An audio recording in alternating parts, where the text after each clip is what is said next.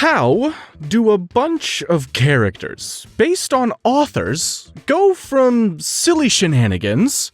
Jeez. I figured the kid was stupid, just not that stupid.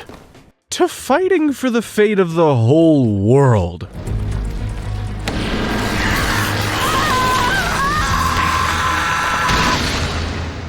Take a look! It's in a book. Or in this case, an anime. In this video, we're going on a literary adventure with Bungo Stray Dogs. In episode 1, we meet the down-on-his-luck Nakajima Atsushi.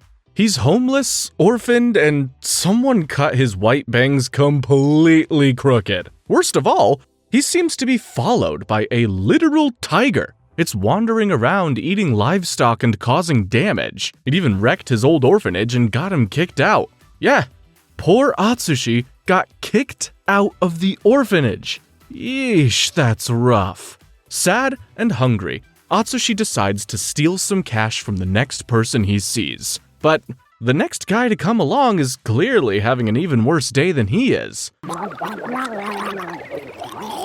I'll let that one pass, thanks. You'll be okay. The man's is drowning in a river. Atsushi fishes the dude out of the water and discovers that he was there by choice. This weirdo is Osamu Dazai, and he was trying to have a dramatic and tragic death, which Atsushi so rudely interrupted. The two are joined by Doppo Kunikida, a serious blonde man with glasses. He yells at Dazai for trying to die, again, and treats the orphan to lunch as a thanks for saving him. It turns out these two goofs are private investigators from an organization called the Armed Detective Agency. Sounds friendly? The agency handles cases that the military and police can't, usually with the help of some supernatural assistance. And hey, what a coincidence! They're trying to find the same tiger that's chasing Atsushi. It's after me. It almost killed me. If it's been seen around here, I have to go now! The detectives decide to use Atsushi as bait. Totally normal thing to do with a down-on-his-luck teen. That evening, Dazai and Atsushi stake out an old warehouse. As soon as night falls and the full moon appears, Atsushi transforms into the tiger and attacks Dazai. Yep. The tiger that Atsushi's been running from is himself. You ever feel like maybe you're the problem? Luckily, all the members of the Armed Detective Agency have their own special powers. These are named after the literary works of the real-world authors they're based on. Dazai's power is called No Longer Human, which negates any other powers with just a touch. He pokes the were-tiger, which changes right back into Atsushi. It works through a simple touch. Atsushi clearly has his own special power that he didn't know about. It's called Beast Beneath the Moonlight. So, Dazai recruits him into the Armed Detective Agency. Looks like Atsushi's luck is finally changing.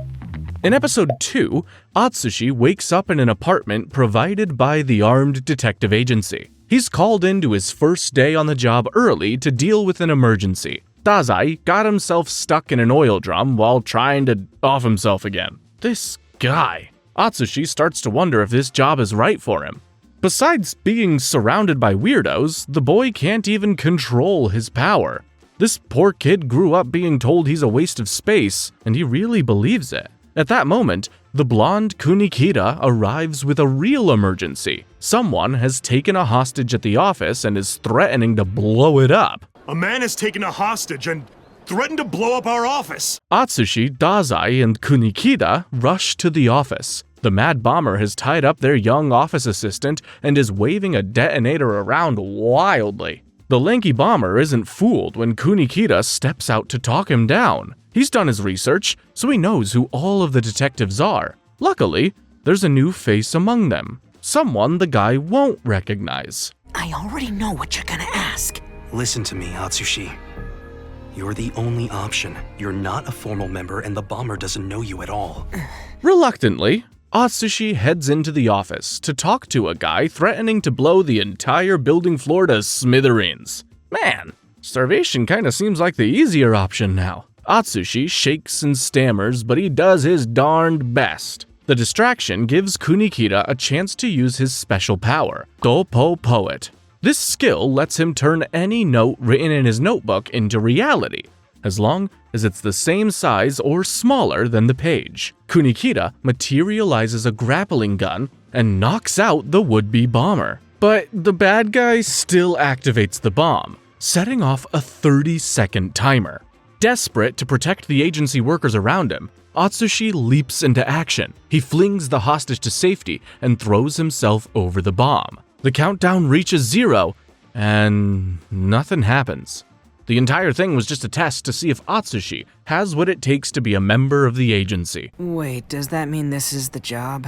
It sure is. The bomber was another agent, and the hostage is his way too affectionate younger sister. Atsushi passed their test with flying colors.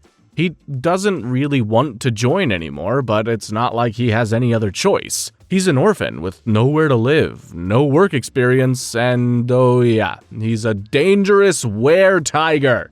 Yeesh. Welcome to the armed detective agency, Atsushi. In episode 3, Atsushi is sent out on his first official job, a stakeout of the dangerous Port Mafia. As the name suggests, the Port Mafia works out of the ports of Yokohama, where the anime takes place. The seedy organization is behind some underground smuggling, and the agency is asked to investigate. Atsushi is joined by Junichiro Tanizaki, the pretend bomber from the previous episode, and his sister, Naomi. Before they go, Kunikita warns Atsushi about one of the Port Mafia members. The emo-looking dude's name is Ryunosuke Akutagawa. He's gifted, like the members of the agency, and his special ability, Rashoumon, is an especially brutal one. His ability is designed specifically for bloodshed.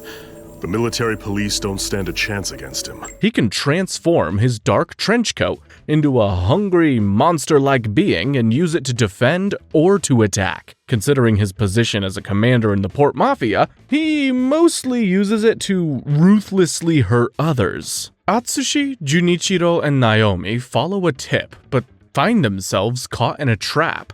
Their informant starts shooting at him, and Naomi is hit protecting her brother. Junichiro uses his special ability, White Snow, which lets him create digital illusions in a small field. But Junichiro is also taken out when Akutagawa joins the fight. Poor Atsushi is caught up in this mess on his very first day. He's the real target of the Port Mafia, who wants to sell him on the black market for a huge price. Akutagawa's ability is incredibly powerful, making him immune to even bullets. Luckily for the orphan, the mafioso's orders are to bring him in alive. I intend to take you in alive, but if you decide to resist, then I will have no choice but to have it consume your leg next time. But why? Unfortunately, he doesn't have to be in one piece. Akutagawa uses Rashoumon to chop off one of Atsushi's legs. Ow!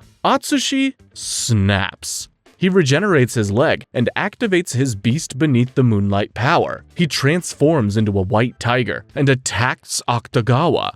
The two battle until Dazai arrives on the scene. With one touch, his no longer human skill cancels out both Rashoumon and Atsushi's tiger form. Why are you here? I just couldn't keep a lovely lady like you off my mind, so I decided to keep in touch. Akutagawa backs down when he sees Dazai. He promises that the Port Mafia will return to claim the were-tiger, and he drops a huge bombshell. Osamu Dazai, the goofy armed detective agency member with a death wish, used to be one of the commanders of the Port Mafia.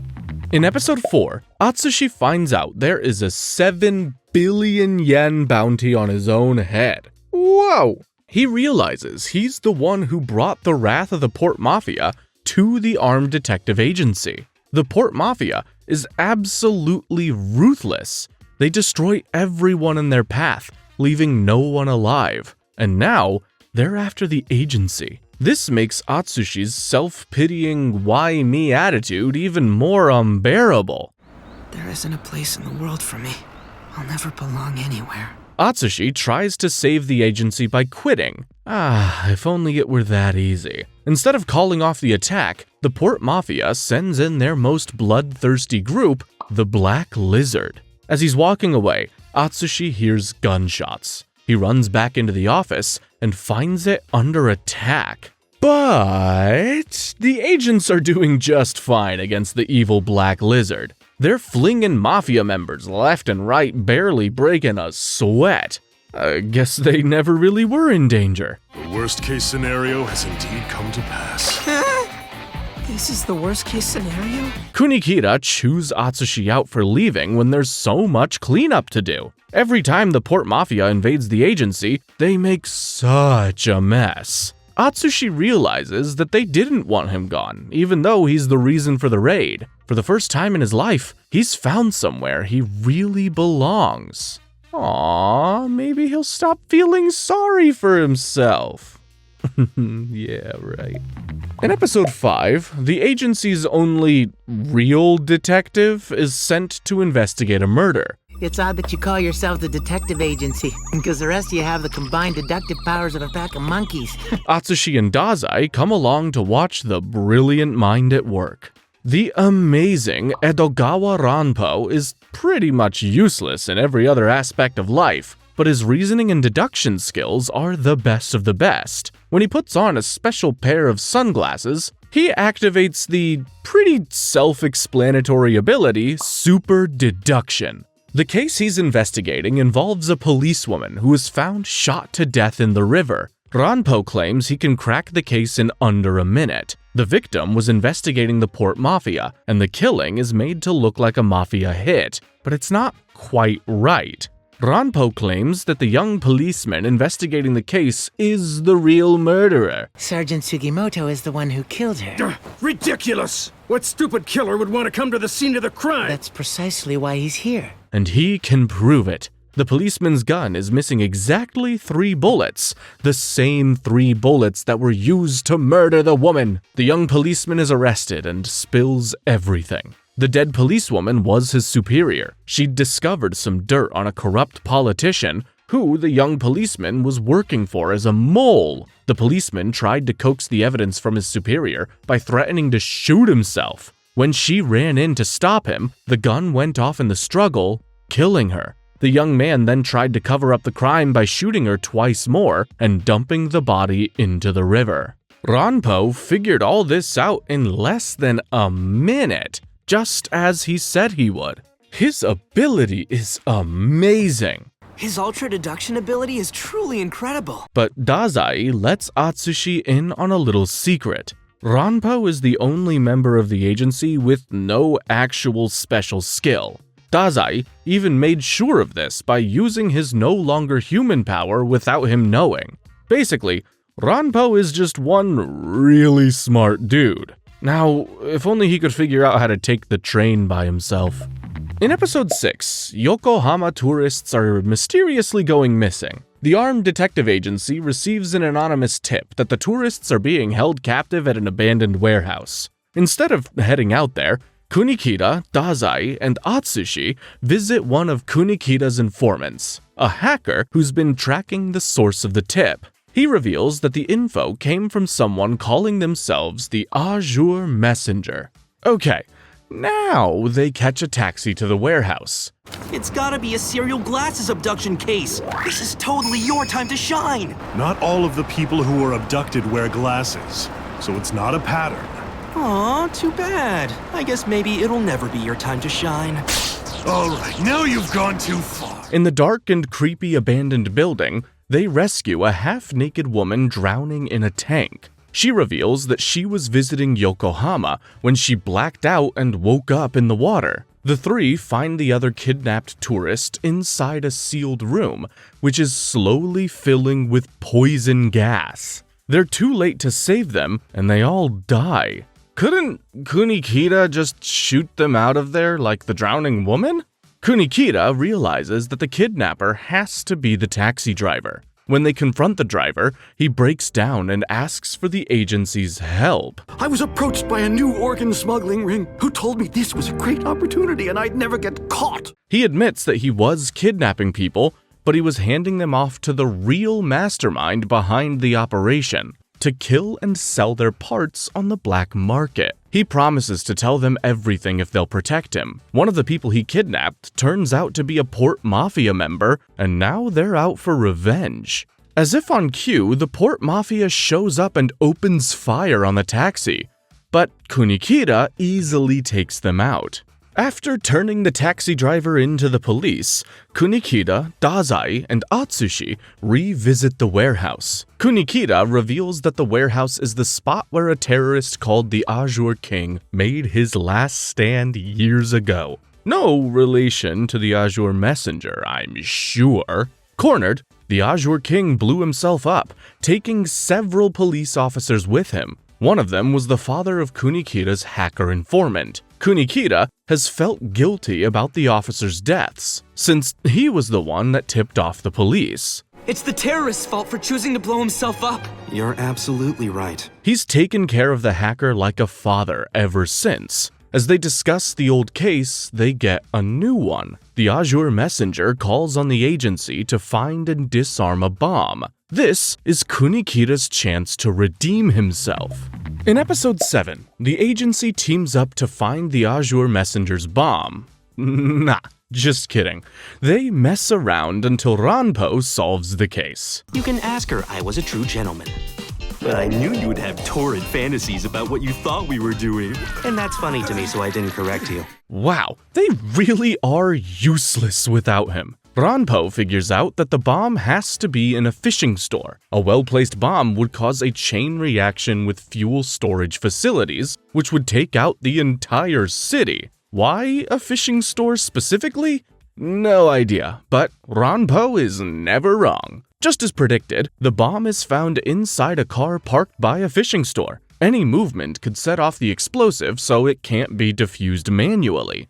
There is one way to disable the bomb, with a remote stop signal. They track the signal down to a former defense facility. There, they find a young man with a special ability. He brands people with a number that makes them his puppet. The number counts down until it reaches 0 and brutally kills them. Yikes. It's a terrible fate and nobody can avoid it.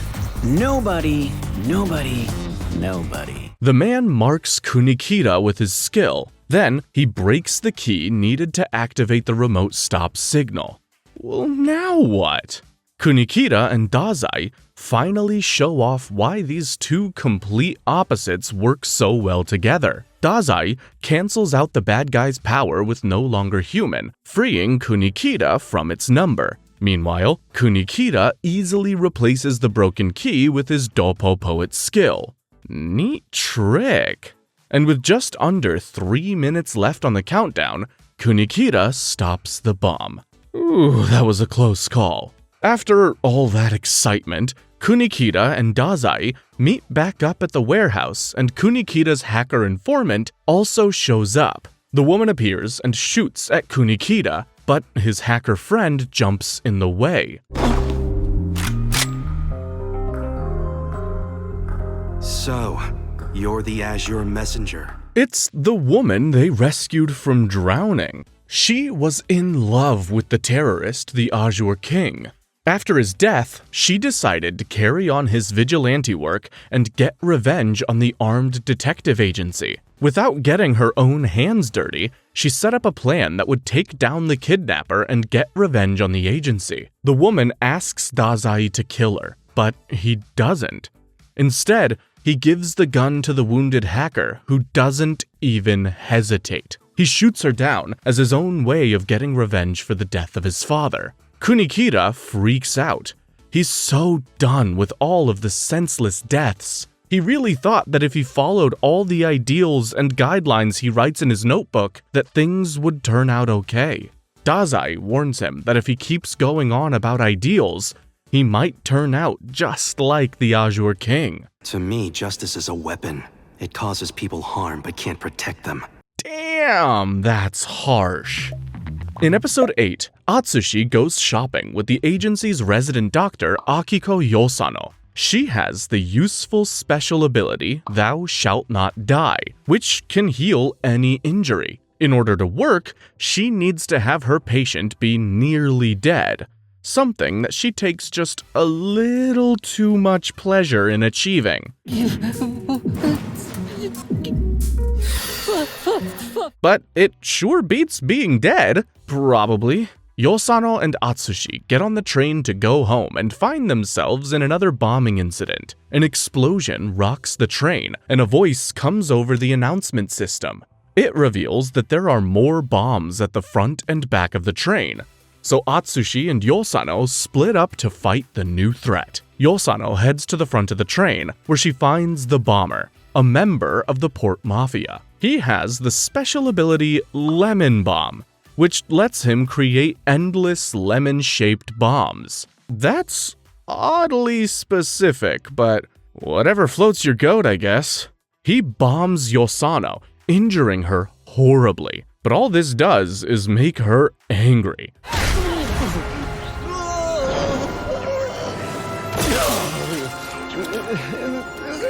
But how? And he's not gonna like Yosano when she's angry. Yosano heals herself with her Thou Shalt Not Die ability and defeats the lemon-obsessed Port Mafia member. Meanwhile, Atsushi reaches the rear of the train, where he faces a serious girl in a kimono. She has a special power called Demon Snow, which materializes a White Reaper phantom with a thirst for blood. Unlike everyone else we've seen so far, this power isn't activated by herself. Instead, the phantom follows Port Mafia orders through the girl's cell phone.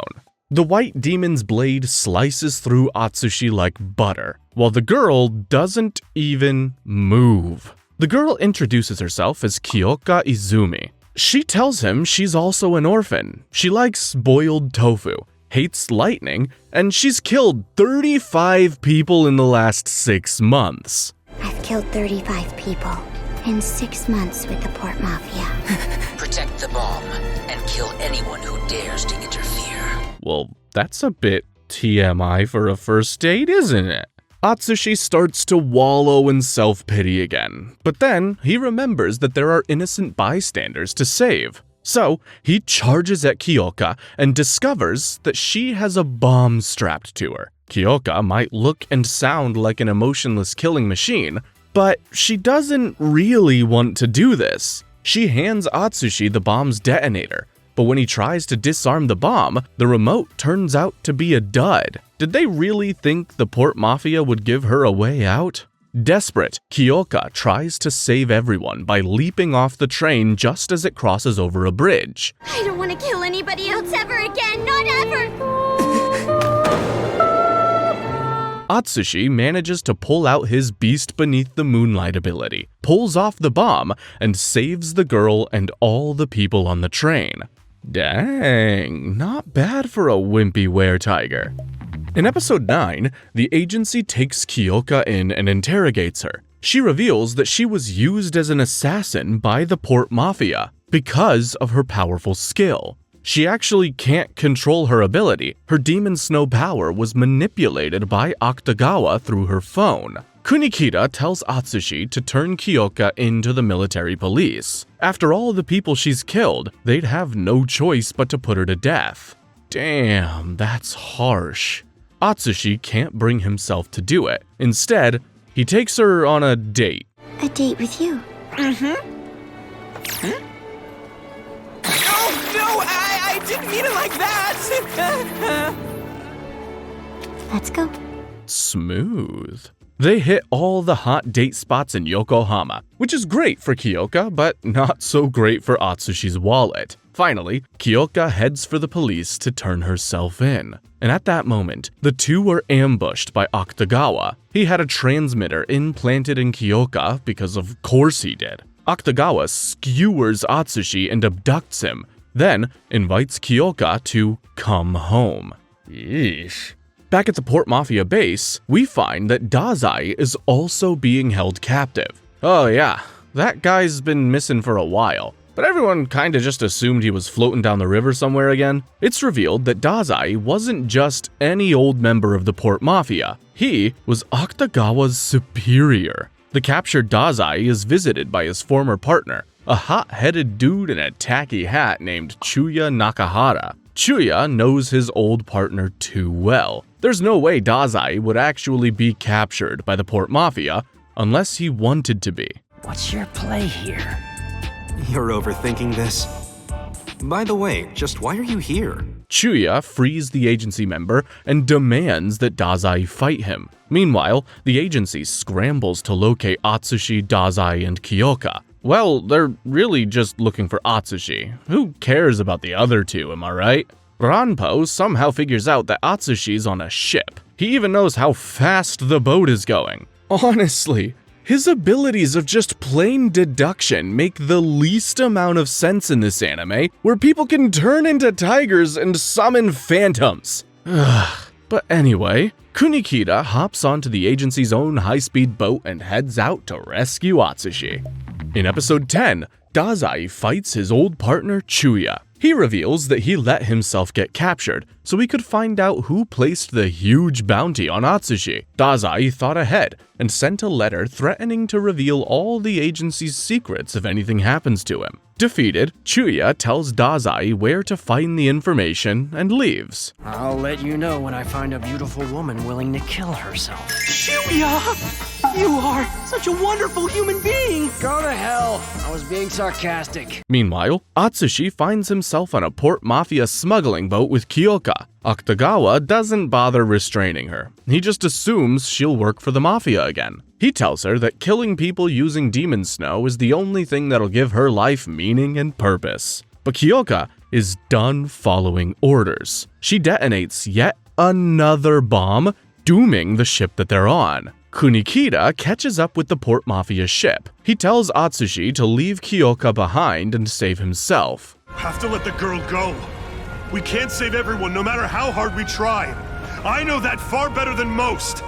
That's just the world we live in! But the White Tiger Boy refuses. Kyoka reminds him of himself and believes she also deserves a second chance. Atsushi and Akutagawa have a long overdue duel. Akutagawa fights using the hungry tendrils of Rashoumon, but Atsushi has the power of the tiger and plot armor.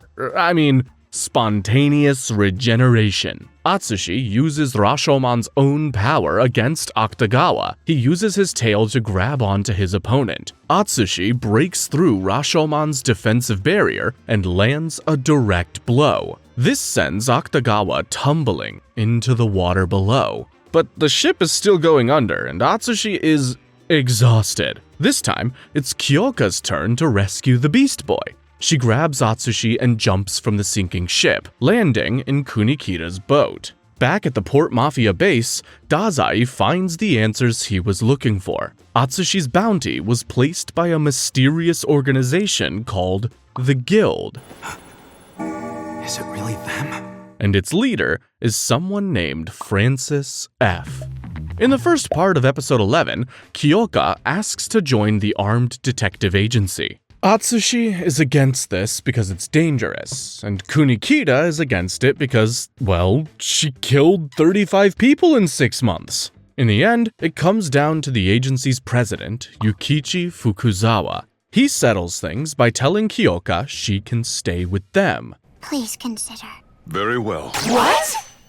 I'll take her in. Meanwhile, a comatose Akutagawa is rescued by the Port Mafia, only to be abducted again by a group of mercenaries. Akutagawa's right-hand woman rushes after him. She's always watching him run into danger, and secretly pining after the emo, self-destructive guy. She rescues him with some help from the Black Lizard arm of the Mafia. In part 2, Atsushi goes on a mission with another one of the agency's members, Kenji Miyazawa. Kenji looks more like a farmer boy than an agent, with his childish appearance, suspenders, and huge straw hat. Kenji and Atsushi investigate, you guessed it, another bomb. A car bomb has somehow launched a car halfway up a building. The duo approach the gang they believe to be responsible for the bombing. But when the gang says they didn't do it, Kenji just believes them. Just like that. They were lying about everything! They probably used the bomb to kill someone in a rival gang or something. There's no way they weren't involved. It later turns out that, of course, the gang was responsible for the blast. They were trying to take out a rival gang member. Instead of getting upset, Kenji thanks the gang for coming clean and telling him the truth. Seriously, this guy is way too nice. The gang rewards Kenji's kindness by trying to hit him from behind. Kenji's completely unfazed thanks to his special ability, Undefeated by the Rain, that gives him superhuman strength. He picks up a car like it's a piece of foam and defeats the entire gang by himself. Then, he devours an entire beef bowl and takes a well-deserved nap. Why is Atsushi even here? In episode 12, the leader of the guild visits the agency via helicopter. He's none other than Francis Fitzgerald, named after the American author F. Scott Fitzgerald. The guild is an American organization of gifted individuals just like the armed detective agency. Unlike the agency though, they're evil. Fitzgerald tries to buy the agency from the president, Fukuzawa. When Fukuzawa refuses to sell, Fitzgerald responds by making an entire building disappear. The agency is thrown into chaos as, one by one, its members start to vanish. Atsushi and the orange-haired Junichiro discovered the person behind the disappearances. It's a young American girl named Lucy Maud Montgomery. I'd like to welcome all of you to Anne's chamber. Her special ability, Anne of the Abyssal Red, allows her to trap people inside a pocket dimension called Anne's Room. Anne, here, is nothing like the sweet real-world protagonist of Anne of Green Gables. She's like a giant doll monster that just wants to play with everyone forever. Atsushi and Junichiro are spirited away to Anne's room, along with a doctor who happens to be in the wrong place at the wrong time. Naomi and Kenji are imprisoned behind one of the doors in the colorful children's room, where they're all now trapped. Lucy challenges the group to a game of tag. If they can run away from the monstrous Anne and get to a black door, they get to go free. Atsushi reaches the door, but it's a trap. There is no way out. Atsushi despairs, but he gets a pep talk from the doctor. This weird bystander knows a bunch about game theory and radiates so much evil that he makes the monstrous Anne tremble in fear. My legs are shaking so much I can't move. This feeling of pure evil. Even Anne is being affected by it. Who is this guy? Atsushi is pulled toward another door by Anne's creepy arms, but he uses his strong tiger paws to resist. With Junichiro's light snow ability, Atsushi has secretly tied a ribbon to Lucy. He tells her to stop the ability or she'll be sucked into another dimension along with him. Lucy has no choice. She cancels out her ability, freeing herself and everyone else trapped in Anne's room. Back in the real world, it turns out that the doctor they were trapped with wasn't just a random bystander. He's Ogai Mori, the leader of the Port Mafia. Those who dare to oppose us and incur our wrath will die. The guild messed with the wrong person. They've made an enemy of both the agency and the Port Mafia. Does this mean that they're all working together now?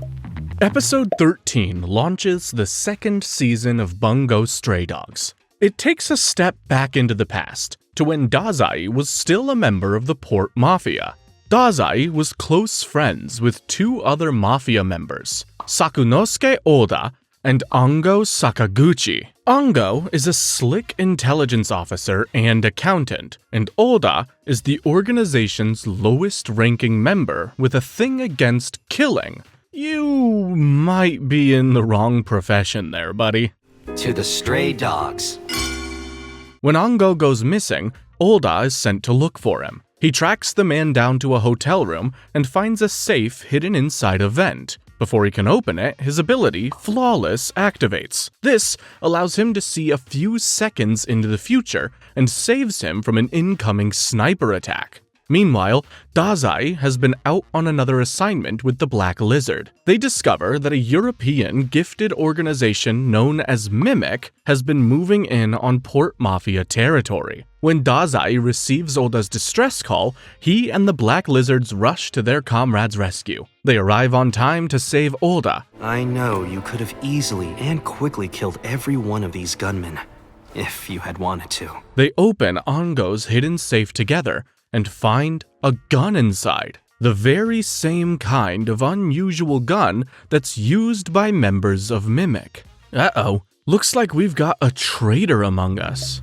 In episode 14, we find out that Oda often visits a curry restaurant/orphanage, where he takes care of abandoned children. No killing, and now orphans? We've got a real mafioso with a heart of gold here. You're a strange one.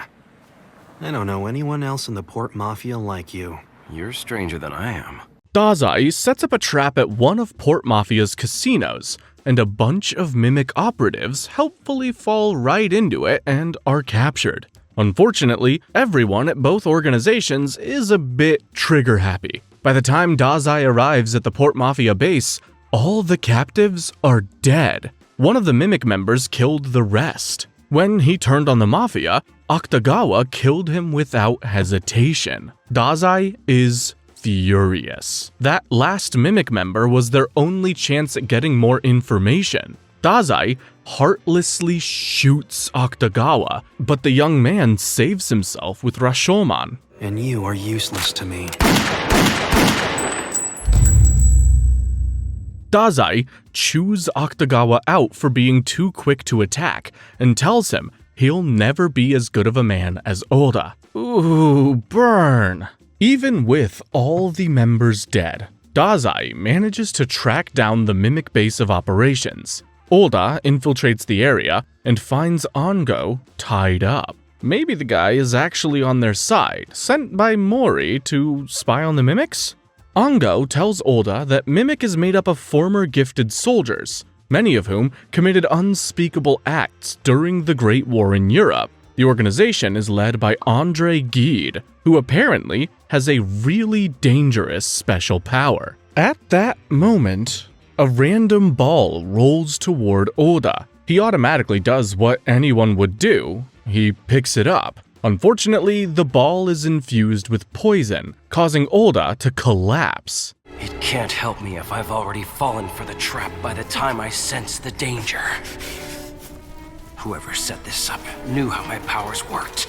He watches helplessly as Ongo runs away with a bunch of Mimic soldiers. Okay, not on their side then. Guess it's just a case of some good old-fashioned backstabbing. Ugh.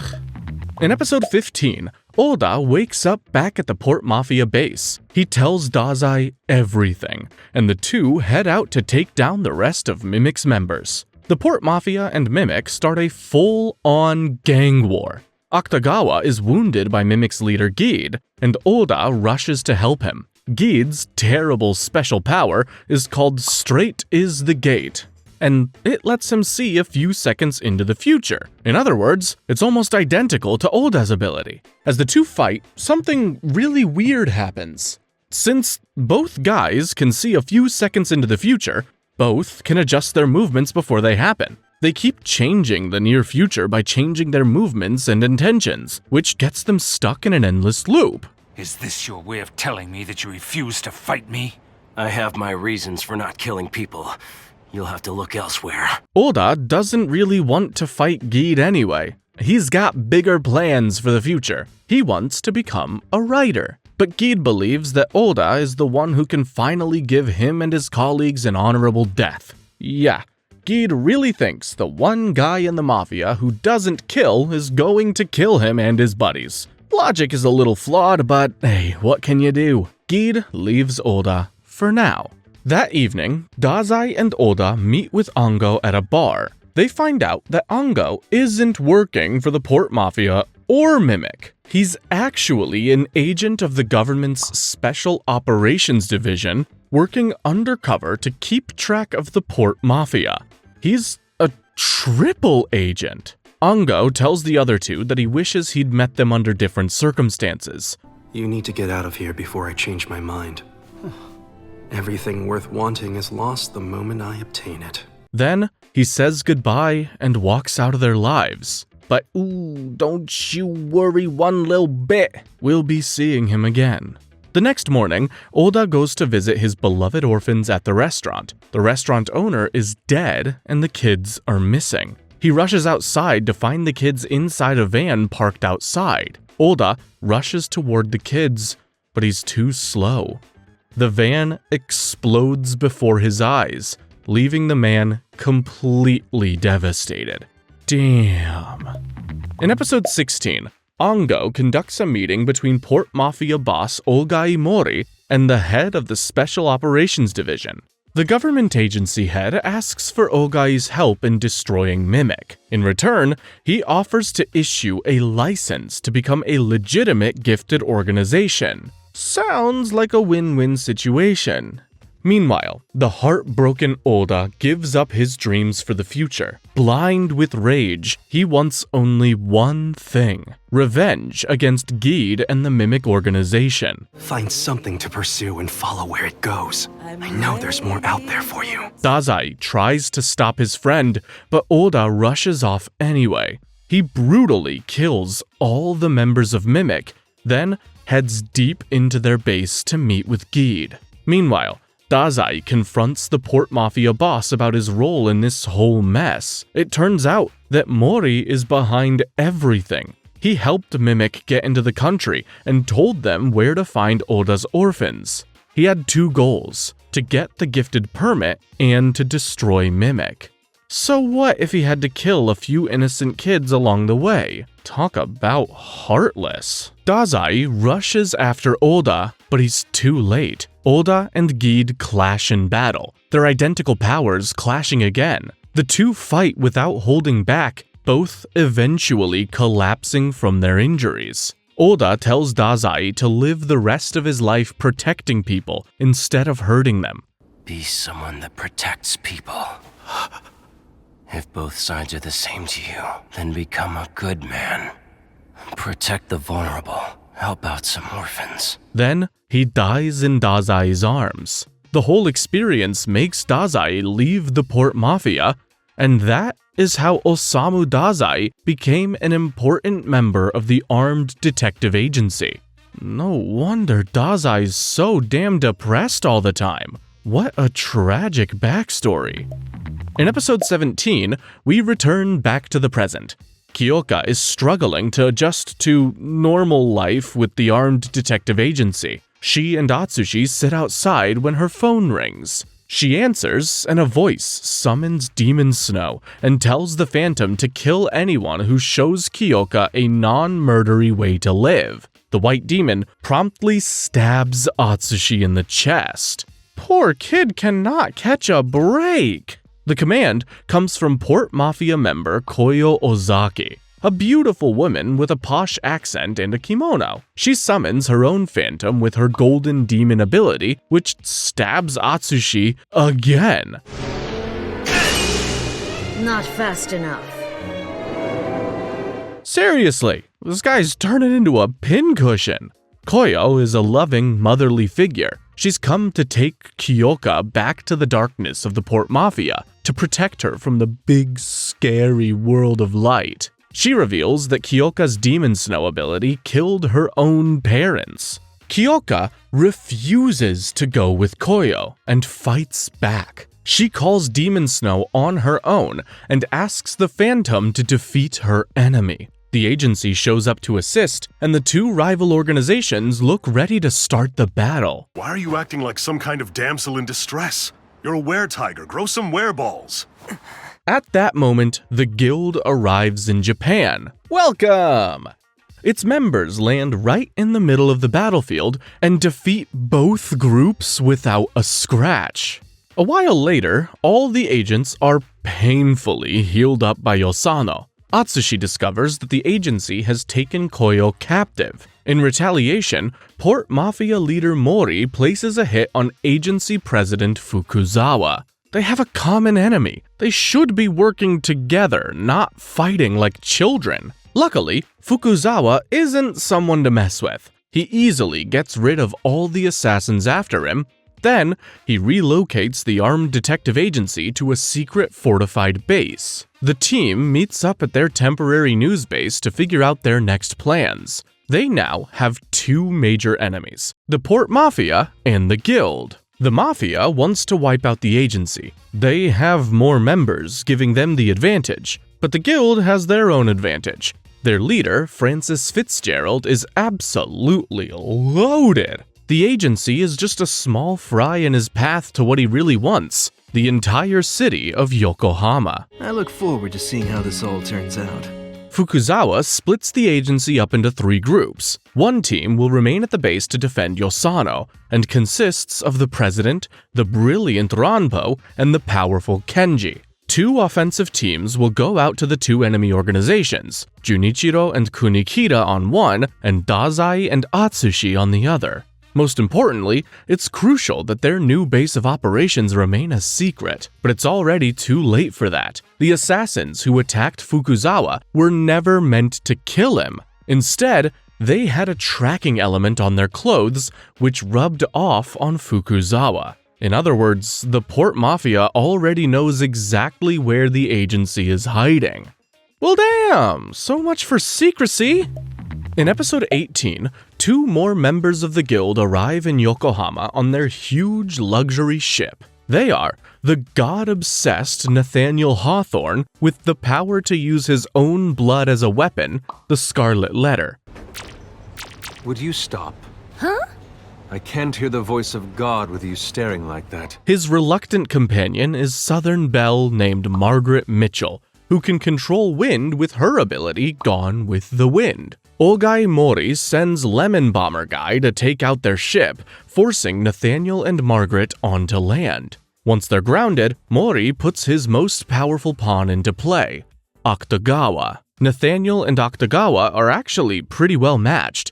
Nathaniel uses his blood to fight, and Akutagawa has a sentient, very hungry trenchcoat. It's practically the same thing, right? Margaret tries to lend a hand with her wind ability, which she can also use to wear things down, like Akutagawa's coat. But even this isn't enough to stop the beast Rashoumon. It tears through Margaret, who jumps in to protect Nathaniel. When the smoke clears, Nathaniel is defeated, and Margaret is seriously hurt and unconscious. At least that'll stop Nathaniel from going on and on about sinning and repenting. Over at the temporary agency base, the Port Mafia makes its move. It launches a ferocious attack of one guy. It's just Chuuya, Dazai's old partner, but he's pretty powerful on his own thanks to his ability upon the Tainted Sorrow, which allows him to manipulate gravity. That damn Dazai must have spilled the beans. Even his hat doesn't fall off when he's upside down like that. City folk really are amazing. Chuuya isn't here to attack though. He offers the president a chance to ambush the guild by revealing the location of 2 of its members. Chuuya explains that the agency doesn't really have a choice. The Port Mafia gave the guild the same offer, using the innocent agency secretaries as bait. They're still back at the real base and about to be attacked by some guild members. All the Port Mafia has to do is let the agency and the guild fight each other. Then they can step in and take out whoever's left standing. The president has no choice. He calls up Kunikita and Junichiro and orders them to rush to the agency base. In episode 19, the guild arrives just as their 2 secretaries flee the office. The girls are chased down by 2 guild members, the polite, blonde John Steinbeck and the broody Howard Phillips Lovecraft. Shall I capture the girls? You'd just end up ripping their heads off if we used your ability. Why don't we use mine instead? Steinbeck uses his ability, the Grapes of Wrath, to grow a grapevine from a seed he plants in his neck. Ew. This lets him communicate with other plants in the area to track the girls, then trap them in his vines. Kunikita arrives with Junichiro to rescue the girls. The secretaries run away, leaving the fight a more fair 2 against 2. None of the men know about the other's powers. This gives Kunikita the element of surprise, but it does the same for the guild guys. Steinbeck's power's pretty straightforward, but Lovecraft is a little more difficult to understand. He uses the power of the Great Old Ones to turn into an eldritch abomination. In this form, he completely ignores Kunikita's bullets. He sprouts tentacles from his arms, all while looking bored out of his mind. The two agents manage to get out of Lovecraft's many tentacled grasp thanks to Junichiro's light snow ability. He makes everyone disappear, which causes an incoming truck to plow into them. That's what they get for playing on the road. In the mess that follows, Kunikita, Junichiro, and both secretaries manage to get away safely. The two agency secretaries board a train and arrive at a station where Dazai and Atsushi are waiting for them. As Atsushi greets the girls, he bumps into a little kid with crazy eyes and black and white hair. The kid lifts their sleeve to reveal they have razor blades sticking out of their arm, so even the slightest bump would cause them pain. The boss has decided to release Q from his prison. Yeah, this kid is definitely normal. Why would you think otherwise? This turns out to be the Port Mafia's super secret weapon, Kyusaku Yumeno, better known simply as Q. Q has an ability called Dogra Magra. They rip apart their doll to activate the skill, which fills anyone who hurts them with rage and causes them to hallucinate. And Atsushi just accidentally hurt Q. Oopsies. Atsushi and the two agency secretaries attack each other. Dazai runs in and cancels out the ability by touching Q's doll. Q rides off in a train, promising Dazai to return the pain he caused to the child tenfold. What did you do to this kid, Dazai? But the guild isn't done yet. A while later, Atsushi is hanging out alone when he's approached by F. Scott Fitzgerald. In episode 20, Atsushi is kidnapped by Fitzgerald. They depart on the Moby Dick, a massive whale-shaped flying ship. It's summoned through the special ability of guild member Herman Melville. Aboard the Moby Dick, Fitzgerald throws a tantrum. The ship and the guild members all belong to him. How dare the agency and the Port Mafia try to hurt his people? In a fit, he declares war against all of Yokohama. He'll burn the whole city to the ground. Meanwhile, Q tries to curse a guild member with his ability, but he chooses the wrong person to mess with. Lovecraft. The gloomy man brushes off Q's unhinged ability and transforms into Cthulhu. Show me true madness! I'm sorry, but I'm not sure I understand. Would this be true madness? I think he wins this round. Q is captured and brought to a secret location, where they're held in place by Steinbeck's vines. Steinbeck then connects his branches to all the plants in the city. Every time anyone steps on a root or even grass, they hurt Q. This curses nearly all the residents of Yokohama. Steinbeck pushes Q to their limit, forcing them to activate their Dogra Magra ability. Within moments, fights break out all over the city. It's not like I ever asked to have this ability in the first place. So why do all of these terrible things have to happen because of me? Young Lucy finds Atsushi in his jail cell aboard the Moby Dick and brings him to Anne's room. She sympathizes with him. She grew up with abuse and is being used by the guild for her powers, and is also an orphan. Is everyone in this show an orphan? It's just a whole cast of Batman. She connects a door from Anne's room to a spot outside the Moby Dick so Atsushi can get away. She asks him to come back for her. Live. And then, you can rescue me from this place someday. Then, she gives him a parachute and Q's doll. Atsushi is freed from his prison, but the parachute is shot down by another guild member, sending him into a free fall from a huge height. He makes peace with his power and fully activates Beast Beneath the Moonlight. His tiger ability protects him and brings him down safely. As soon as Atsushi lands, Dazai finds him and touches Q's doll. The fighting stops and Yokohama is saved. For now. Phew! When Atsushi was still falling from the Moby Dick, he saw the Port Mafia working to protect the people of Yokohama from each other. Now that he's back on solid ground, he has a suggestion. The armed detective agency should team up with the Port Mafia. In episode 21, Mori and President Fukuzawa meet, but both refuse to actually work together. And instead of teaming up, Mori attacks Fukuzawa. Why did they even agree to the meeting? In the end, Fukuzawa tells Mori that he's going to get Q from the guild. All the Port Mafia has to do is not get in the way. Dazai goes to rescue Q from the guild's clutches. He gets a surprise assist from his former partner and lover of tacky hats, Chuuya. They grumpily work together to defeat Steinbeck, but the freakish Lovecraft is a bigger problem. This shoulder has been stiff as of late. Perhaps I have been working too hard?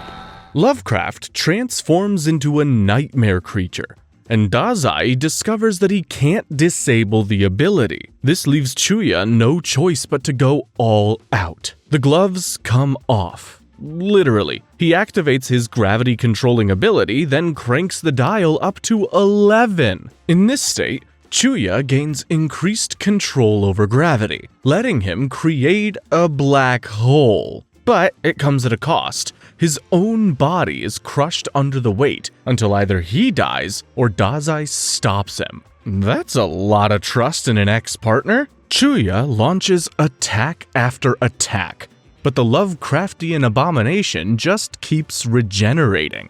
Dazai uses a good old-fashioned bomb to weak Lovecraft from the inside, and Chuuya lands the finishing blow. Lovecraft is knocked out. Chuuya continues to rampage until Dazai nullifies his ability with no longer human. Does this make them partners again? In part 1 of episode 22, Rampo is challenged by his nemesis and namesake, Edgar Allan Poe, and his raccoon, Carl. I am Poe! For the past 6 grueling years of my life, I have endured the crushing shame of being bested by the likes of... Yeah, could you speed this up, please? You're boring me to sleep. Rampo and the doctor Yosano accept an invitation from Poe to a Gothic cathedral. He tells them that if they solve one of his mysteries, he'll reveal the guild's weakness. Poe transports Rampo and Yosano into one of his stories using his ability, Black Cat in the Rue Morgue. The two find themselves in the middle of a locked room mystery. It would normally be a piece of cake for the brilliant detective, but he's missing his glasses. Can he do it without his special ability? Rampo doesn't want to interrogate suspects and search for clues like a pleb. He wants to put on his glasses and just know the solution. I don't want to do all that tedious work. That stuff's for suckers, not master detectives like me! But he joins Yosano in the investigation anyway. That night, the killer comes after Yosano. Rampo rushes into her room as she lays dying. Rampo puts on Yosano's glasses and activates his skill, and the two are freed from Poe's story. Rampo has solved the murder. It turns out the detective was the murderer all along. True to his word, Poe gives Rampo a file on the guild's weaknesses. In part 2, the agency decides to send Atsushi back aboard the Moby Dick. He finds the flying ship abandoned, except for its captain, Melville. The entire thing is rigged to explode and slowly drifting lower toward Yokohama. It's up to you now. You're the only person who can do it. Yeah, it's a bomb. Again. In less than an hour, Atsushi has to find a way to stop the ship from coming down and destroying the city. As he races to gain control of the ship, he encounters Akutagawa. Uh-oh. In episode 23, it turns out getting rid of Akutagawa is pretty easy. Atsushi just tells the guy that Dazai wants to talk to him, then throws the communicator into the bowels of the ship. Akutagawa throws himself after it. Sheesh. Desperate much?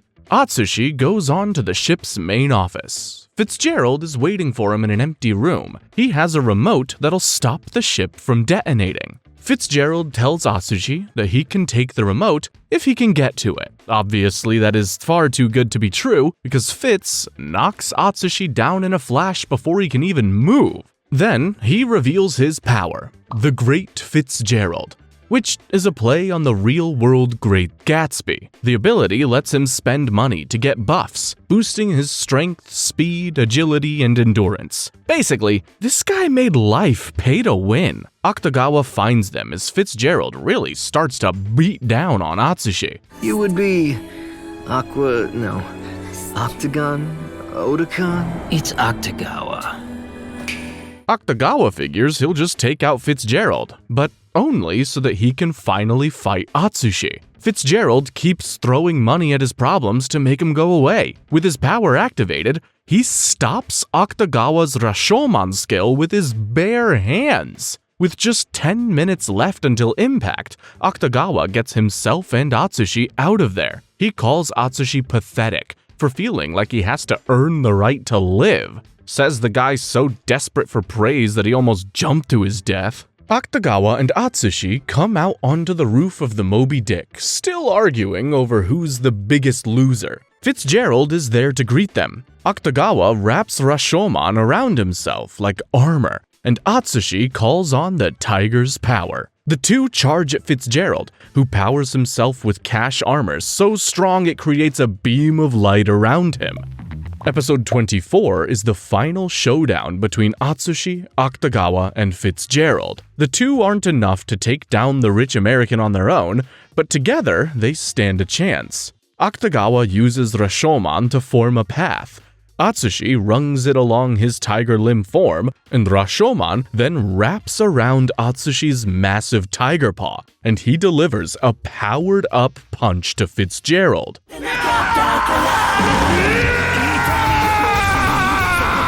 The Rashoumon Tiger hybrid is so powerful that Fitzgerald spends the rest of his money trying to block it. In the end, the American goes broke, and Atsushi and Akutagawa's hit lands. Fitzgerald is sent falling overboard to his presumed death. Atsushi disables the bomb, but the threat isn't gone yet. The Moby Dick is still falling, and there seems to be no way to stop it. While the battle rages aboard the Moby Dick, Kyoka is going through her own problems. She went into hiding when the guild landed in Yokohama. She came out to help when Fitzgerald first abducted Atsushi, but this only got her arrested by the military police. Dazai arranges to get Kyoka out of prison. He offers her the chance to become a full member of the agency, but to do that, she has to pass a test just like Atsushi did. Dazai has Kyoka chained up in a small plane. She can stop the falling ship by crashing into it with the drone,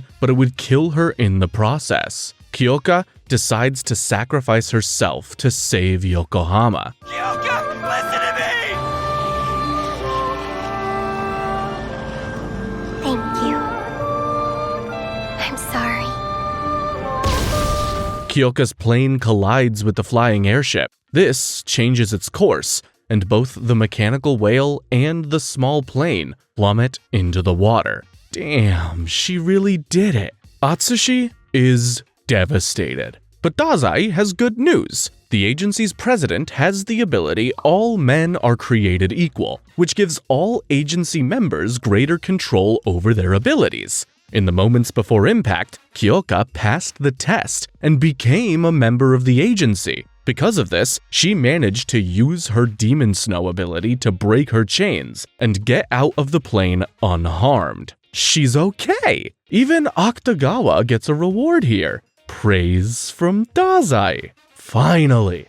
With the battle over, everything slowly returns to normal. The guild members all go their own way. Some stay in the organization, while others return home. Lovecraft slithers back into the unspeakable depths of the waters. Just who was that guy? Does it really matter?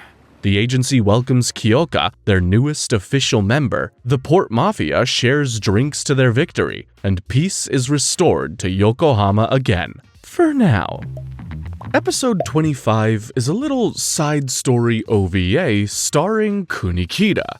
It shows a day in the life of the stern man as he follows the incredibly strict, minute-by-minute agenda he's written in his trusty notebook. Of course, nothing goes according to plan, and Kunikida ends up getting pulled into an unscheduled bombing incident, to literally no one's surprise. Why do you have to be so boring, Kunikida? That's Mr. Kunikida to you. In the end, Kunikida stops the bad guy and saves an innocent child from getting blown up. And he does it all without betraying his moral ideals. He may seem overly strict, but when it comes down to it, Kunikida is surprisingly flexible. He's just a big ol' softy.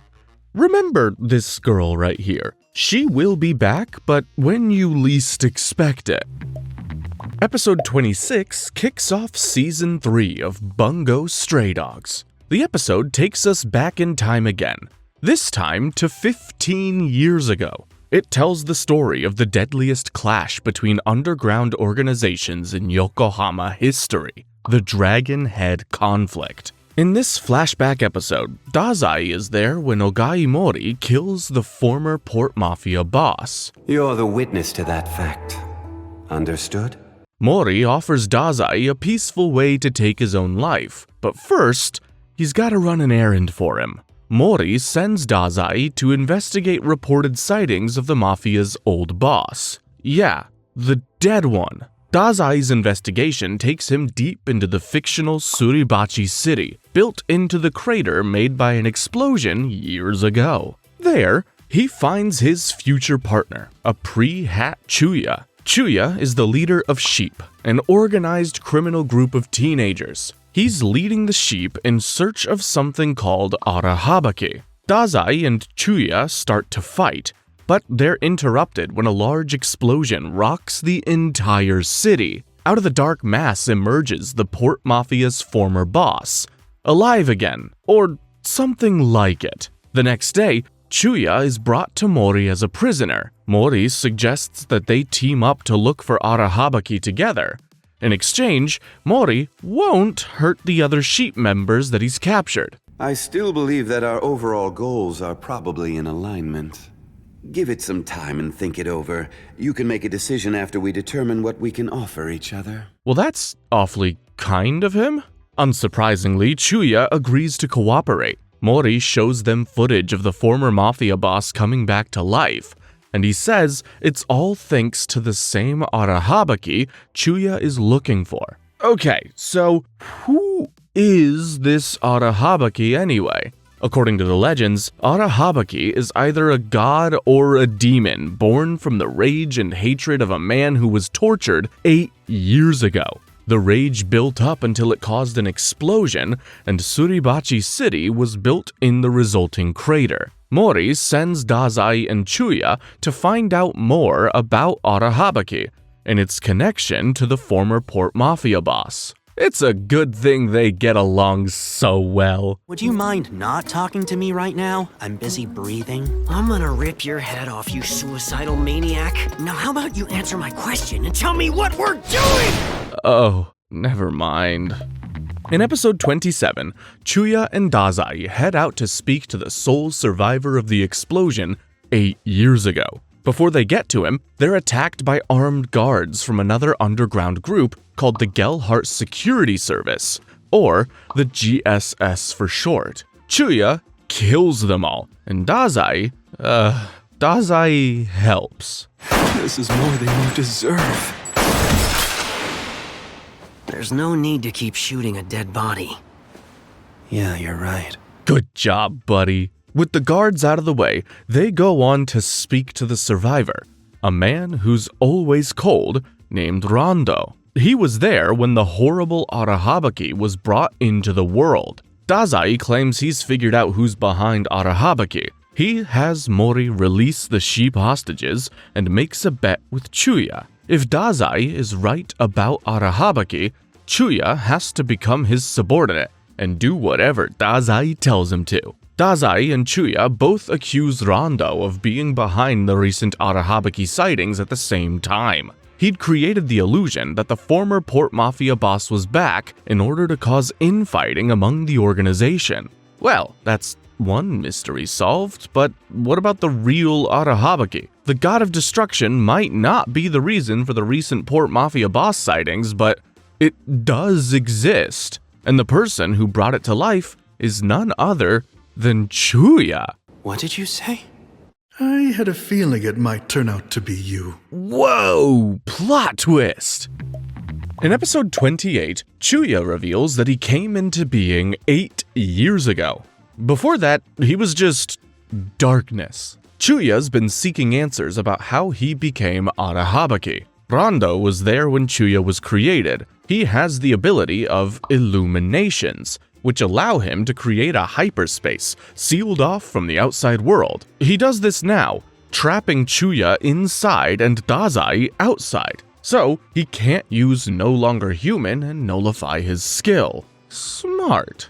While Chuuya fights Rondo, or tries to, Dazai is attacked by the former Port Mafia boss.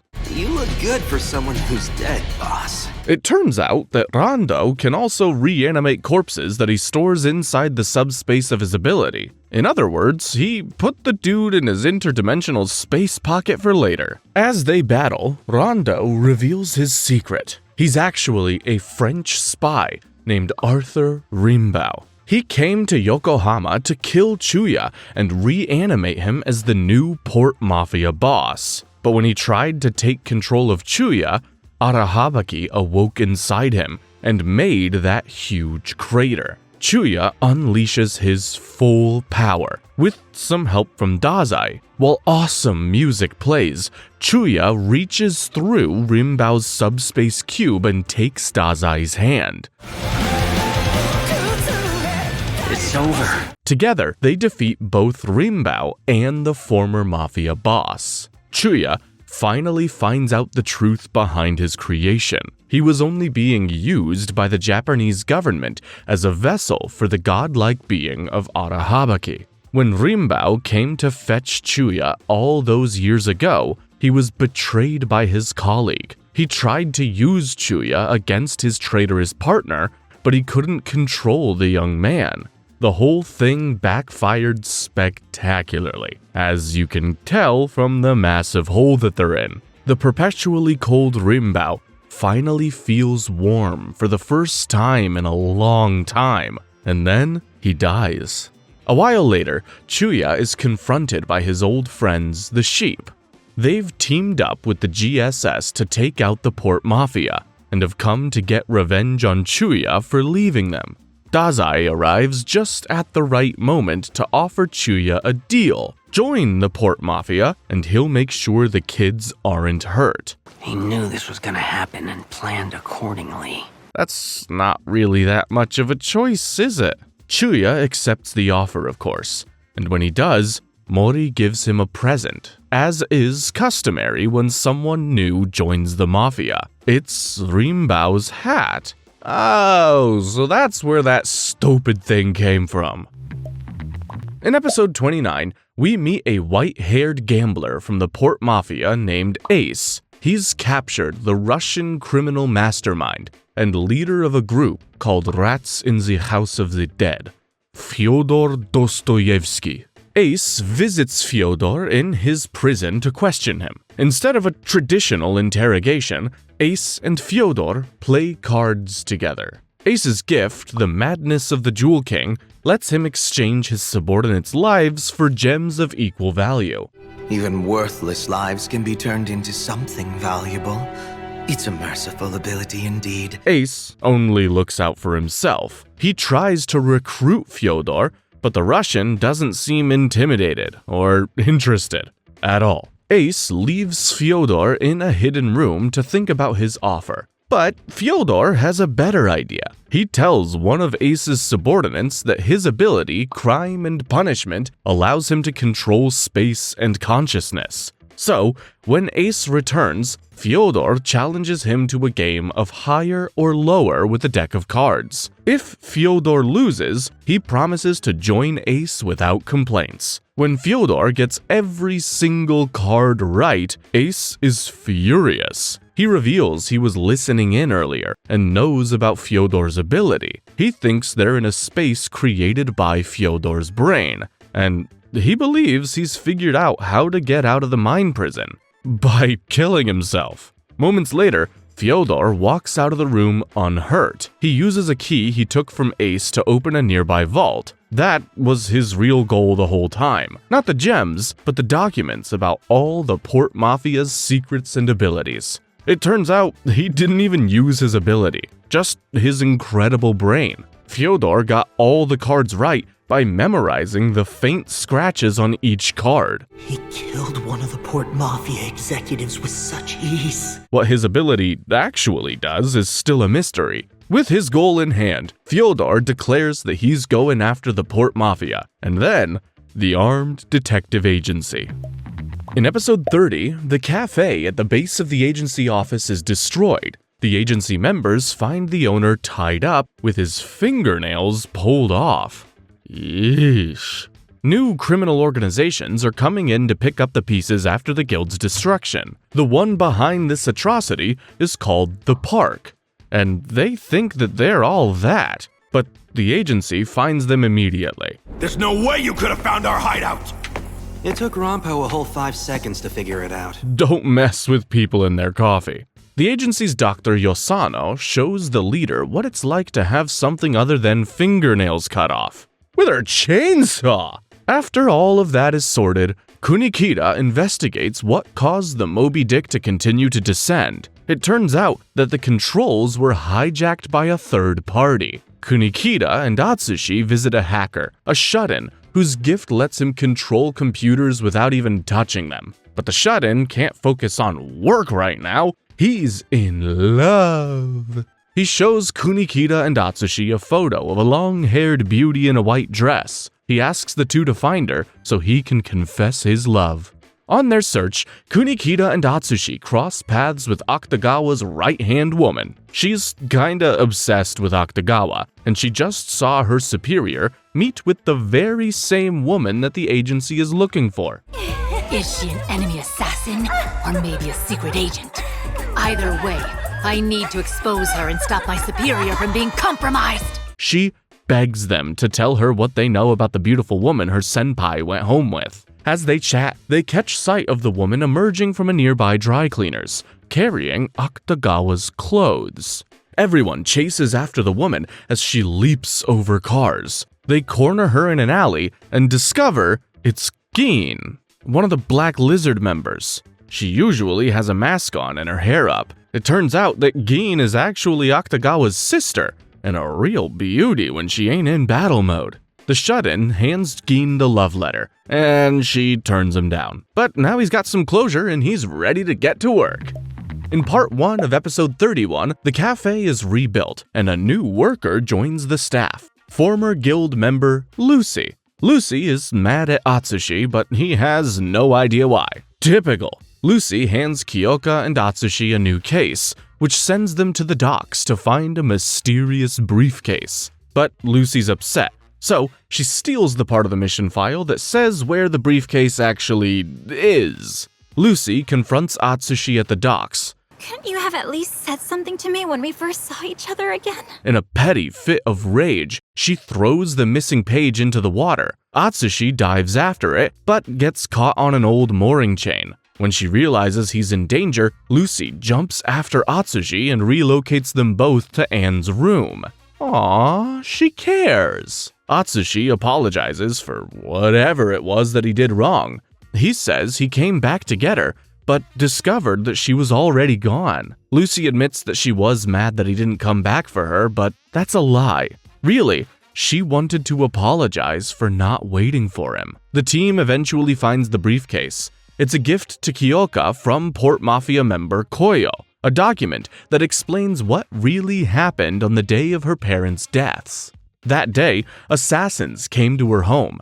Someone used a blood power to make her parents do their bidding. Kyoka's mom was the original wielder of Demon Snow. When the blood ability put their own daughter in danger, her mom had Demon Snow cut both herself and Kyoka's dad down. So, she commanded Demon Snow to protect her daughter. Somehow, Kyoka's mother managed to transfer Demon Snow to her daughter, and this explains why her ability can only be controlled through the cell phone. None of it was Kyoka's fault at all. In part 2, Atsushi investigates a crime scene.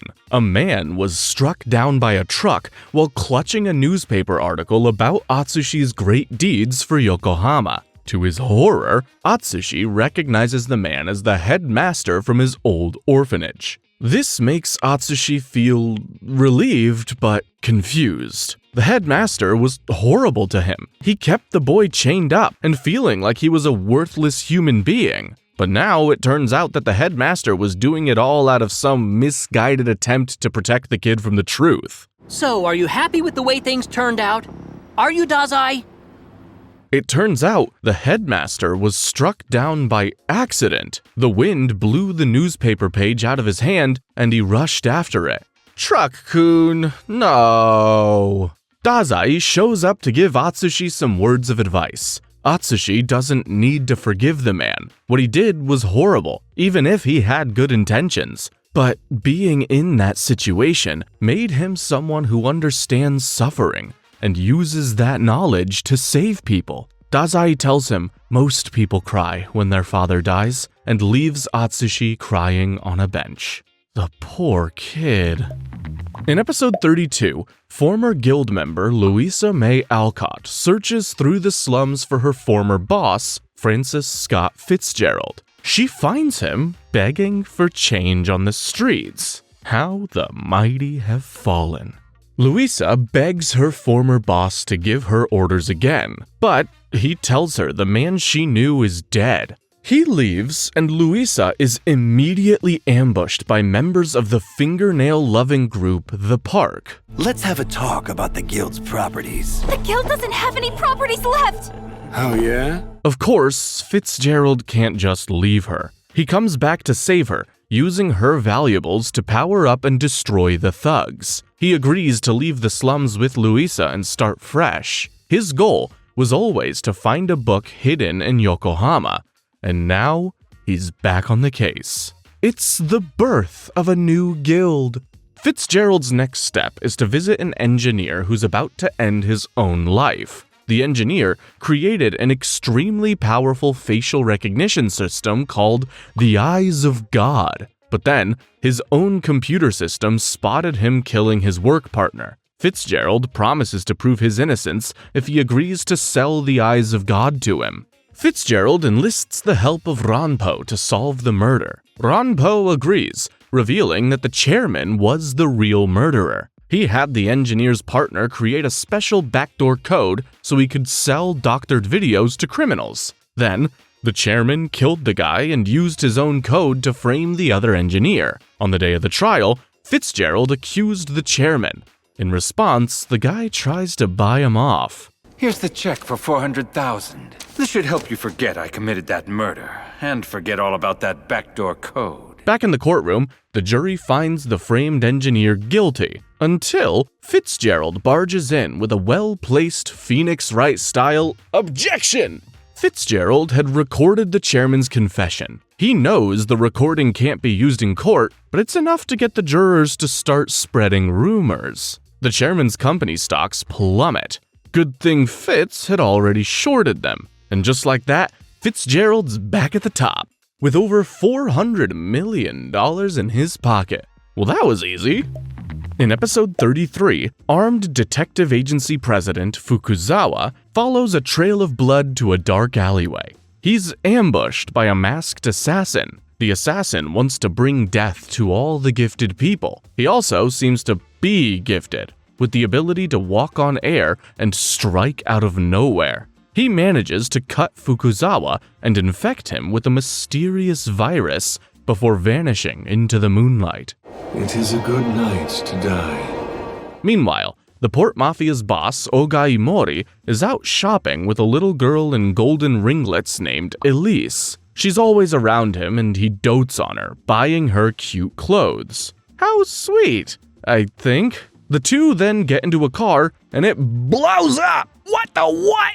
Mori is rescued by Elise. She floats up over the explosion, pulling Mori along. Akutagawa tracks the would-be assassin using the vehicle detonation signal. He breaks the assassin's mask and reveals their identity. It's Nathaniel Hawthorne. the God-fearing former member of the disbanded guild. Nathaniel was using his blood manipulation ability, the Scarlet Letter, to walk on his own blood and attack from seemingly nowhere. Meanwhile, a policeman approaches Mori to help and stabs him instead. The Port Mafia leader is infected with the same virus as the agency president. Dazai confronts the man responsible for both attacks, Fyodor Dostoevsky. The Russian man explains how the virus works. It will eat through both men's bodies within 48 hours. The two are connected now. If one host dies, the other will be freed from the virus. In other words, to save Fukuzawa, Mori must die. Fyodor is also after this mysterious book that everyone keeps mentioning. Humans can't help but engage in the act of killing each other. I seek the book in order to cleanse them of this sin. It's a tome that makes anything written in it come true. Oh, okay, yeah, that's pretty useful. Fyodor has Dazai shot, but he survives and is sent to the same hospital as Fukuzawa. The Port Mafia surrounds the building, led by interim president Chuuya. With the agency's president out of commission, Kunikida steps up as leader. The entire agency stands out in front of the president's room, prepared to protect him from the mafia. In episode 34, the agency members turn out to be an illusion created by Junichiro's light snow ability. While he distracted the Port Mafia, the others broke through the hospital wall and took Fukuzawa to safety. Their plan now is to capture the gifted man who made the virus. Then, Dazai can save both infected men with his no longer human ability. The creator of the virus is one of Fyodor's rat underlings, Alexander Pushkin, whose ability is called a feast in time of plague. Kunikida and Atsushi track down Pushkin to an underground lair. He sends out a bunch of kids to defend their home. What are a bunch of kids gonna do anyway? They're just little children. If we fire back, we might kill them. Oh. Kunikida takes out the threat by creating a tear gas grenade with Dopo Poet, but they're stopped in their tracks when a tiny girl appears, wearing a grenade necklace. Kunikida sends Atsushi ahead while he tries to save the girl, but she pulls the pin and obliterates herself. Damn, that got dark. Atsushi catches up to Pushkin, but it turns out the man's a decoy. He's not Pushkin after all. Now what? Meanwhile, the Port Mafia take Junichiro to their hideout. How nice of them to bring him right into their lair. He gets away with some help from one of Kunikida's notebook pages and his own light snow ability. He finds the bedbound, virus-stricken Mori, but he's stopped from killing the Port Mafia leader by Koyo and her golden demon power. Kyoka also joins the battle. She stops Koyo's demon with her own, and she and Junichiro escape. At the same time, the agency gets Lucy's help to protect their president. She hides him away in Anne's room. He wakes up and tells her to pass on a message. My life's not as important. To save this city from ruin, they need to be told. He doesn't want the agency to fight the Port Mafia. Little late for that, buddy. In episode 35, the armed detective agency decides to go against President Fukuzawa's orders. They charge into the Port Mafia base right through the front doors. Meanwhile, Atsushi and Kunikida return to their hacker shut-in friend and discover that Fyodor has already killed him. Kunikida is devastated. He just watched a little girl die, and he doesn't want any other innocent lives to be lost. Back at the Port Mafia base, the person who faces off against Chuuya is Rampo? The hell's he gonna do? Deduce his way out of the fight? Actually, Rampo falls back on the ability of Edgar Allan Poe. The guy's been lurking around the agency with his raccoon ever since the guild disbanded. Rampo pulls Chuuya into one of Poe's books. It'll take him a while to figure out how to get out of there. With Chuuya out of the way, Kyoka heads in to try and discover where they've taken Mori. She's attacked by Akutagawa, but she's no longer scared of him. She puts up a good fight, and Akutagawa realizes she's changed. You really have changed, Kyoka. Your eyes. They're not the same ones as when I last knew you. He walks away, letting Kyoka continue deeper into the base. At the same time, the Port Mafia has their own secret weapon. That's right, baby! Lemon Bomb Guy's back, with bigger and better explosives. While all this fighting is happening, President Fukuzawa and Oga Imori both get up and leave. The two leaders meet at a mansion no one else knows about. Both want their people to stop fighting, so they decide to resolve things with a duel. Wait, weren't they bedridden a moment ago? Mori calls upon his power Vita Sexualis, which summons Elise to fight by his side, armed with giant syringes.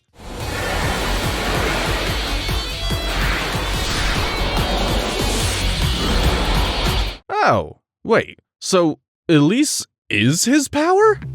In episode 36, we learn about the history behind the two men. Back when Fukuzawa was working as a bodyguard, he was hired to protect Mori. At the time, Mori was just a doctor who provided medical assistance to people who got hurt fighting in the underbelly of Yokohama. His clinic was considered a neutral space until he decided to go after the Port Mafia. Fukuzawa and Mori later had a falling out, resulting in a fight at the very mansion where they meet again today. Fukuzawa evades Elise's syringe weapon and slices her in half, causing her to disappear. In exchange, Mori stabs Fukuzawa in the neck with a scalpel. Mori reminds Fukuzawa that the agency and the mafia need each other. The government's Special Operations Divisions oversees the day, and the Port Mafia is in charge of the night. And the Armed Detective Agency is the mediator between the two. Together, they keep the peace in Yokohama, all according to their old mentor's plan. At that moment, a cute little calico cat wanders into the mansion and explodes. Yeah, cats just be exploding like that sometimes. The cat transforms into one of the most influential people in Yokohama. He is the two leaders' old mentor, the dapper gentleman Soseki Natsume. You have no idea what a pain the both of you are. No! Master Natsume! Can't you let an old man enjoy his retirement? Natsume has the most adorable gift. I am a cat. This gives him the power to transform into a calico cat and also blow up buildings. Natsume chastises the two men for fighting. He tells them that he saved the shut-in and that he's figured out where Fyodor's rats are hiding. Atsushi and Akutagawa are sent into the rats' enemy base. Inside an old mine shaft, they find the real Pushkin, a chubby man with a single lonely tuft of hair. He hops into a minecart and races down the tracks. But first, he manages to cut Akutagawa and infect him with his virus. In episode 37, Akutagawa and Atsushi chase after Pushkin's minecart, with Akutagawa riding on top of half-tiger Atsushi like a horsey. Don't think! Just run, you fool! Enough! You're not paying for this ride! They're stopped in their tracks by a giant stone golem.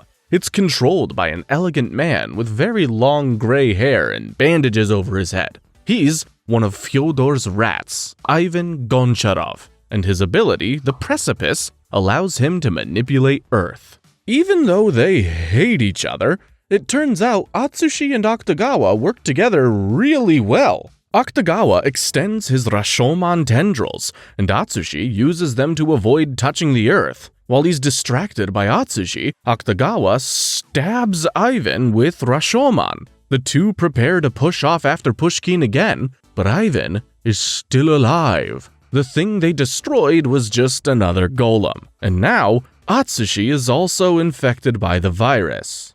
Uh-oh. Ivan creates a puddle of bottomless water and the two start to sink. Akutagawa wraps Atsushi in his cloak entirely. This has the dual effect of pulling Atsushi out of the trap and combining their powers. Let's go, Akutagawa! Obliterate him, were-tiger! Atsushi and Akutagawa's powers together manipulate the very space around them. Physical attacks are meaningless now. Atsushi turns into a massive tornado, and defeats Ivan. After working so well together, you'd think the two finally get along. But no! Akutagawa tells Atsushi he'll kill the were-tiger in 6 months. Atsushi agrees on the condition that Akutagawa not kill anyone in those 6 months. Meanwhile, Pushkin makes it out of the tunnel to find a welcoming committee. The agency and the Port Mafia are both there to greet him. Dazai cancels out his ability, and the virus is removed. But it turns out that Fyodor was never in the underground lair to begin with. Instead, he was hanging out at some cafe and giving out orders to Ivan and Pushkin by playing classical music over a radio? Seems legit. Luckily, Dazai struck a deal with Fitzgerald, who let him use the Eyes of God to track down Fyodor. The Russian criminal mastermind is arrested by the military police. Always have a backup plan. Episode 38 begins Season 4, which means it's time for another flashback. A young Fukuzawa is sent to investigate the murder of a company CEO who was pushed out of a window. He finds the CEO's secretary combing through a bunch of documents, trying to find out why the man was killed. I believe the motivation for the attack might be discovered somewhere in this room. It's a catalog of clues. He's also got the suspected killer tied up next door. It's Dazai's future friend, Oda, back when he still killed people. While Fukuzawa talks to the secretary, a young Rampo arrives on the scene. Of course, Rampo solves the case within moments. The secretary is the real murderer, and he's just arranging the papers to keep everyone out while he can think of an alibi. Oda isn't too thrilled about being framed. He escapes and shoots the secretary, all with his hands tied behind his back. Pretty sure we don't need the ambulance. The secretary is already dead. Fukuzawa takes young Rampo out for lunch as a thank you for solving the crime. Turns out, kid's all alone in this world. He can't hold down a job because he keeps blabbing people's secrets. Fukuzawa tells Rampo to contact him if he ever needs help, a favor which Rampo immediately calls in. He has no job and no place to stay. Fukuzawa takes pity on Rampo and brings him along on his next job. Their next case brings the two to a theater. Someone named V has left a threat that one of the actors will be murdered during that night's performance. Fukuzawa is determined to stop the murder from happening, and Rampo just walks around being rude to people and asking for sweets. Rampo baffles Fukuzawa. He's incredibly perceptive and yet incredibly clueless at the same time. This boy is interesting. He's able to see the truth in things. Rampo figures out Fukuzawa's secret, which no one else knows, that he used to be a contract killer for the government. But even though Fukuzawa has decided to work alone, he can't help but take the young man under his wing. In episode 39, the play begins. It's some pretentious performance about gifted angels sent to destroy humanity. Rampo is, unsurprisingly, bored out of his mind. Not only is it a boring play, but he already figured out how it ends. He just doesn't get that other people don't see what he sees. Fukuzawa takes Rampo out and lets him in on a little secret. Rampo is capital G gifted. Are you being serious? Your special ability is one that allows you to determine the truth at a single glance.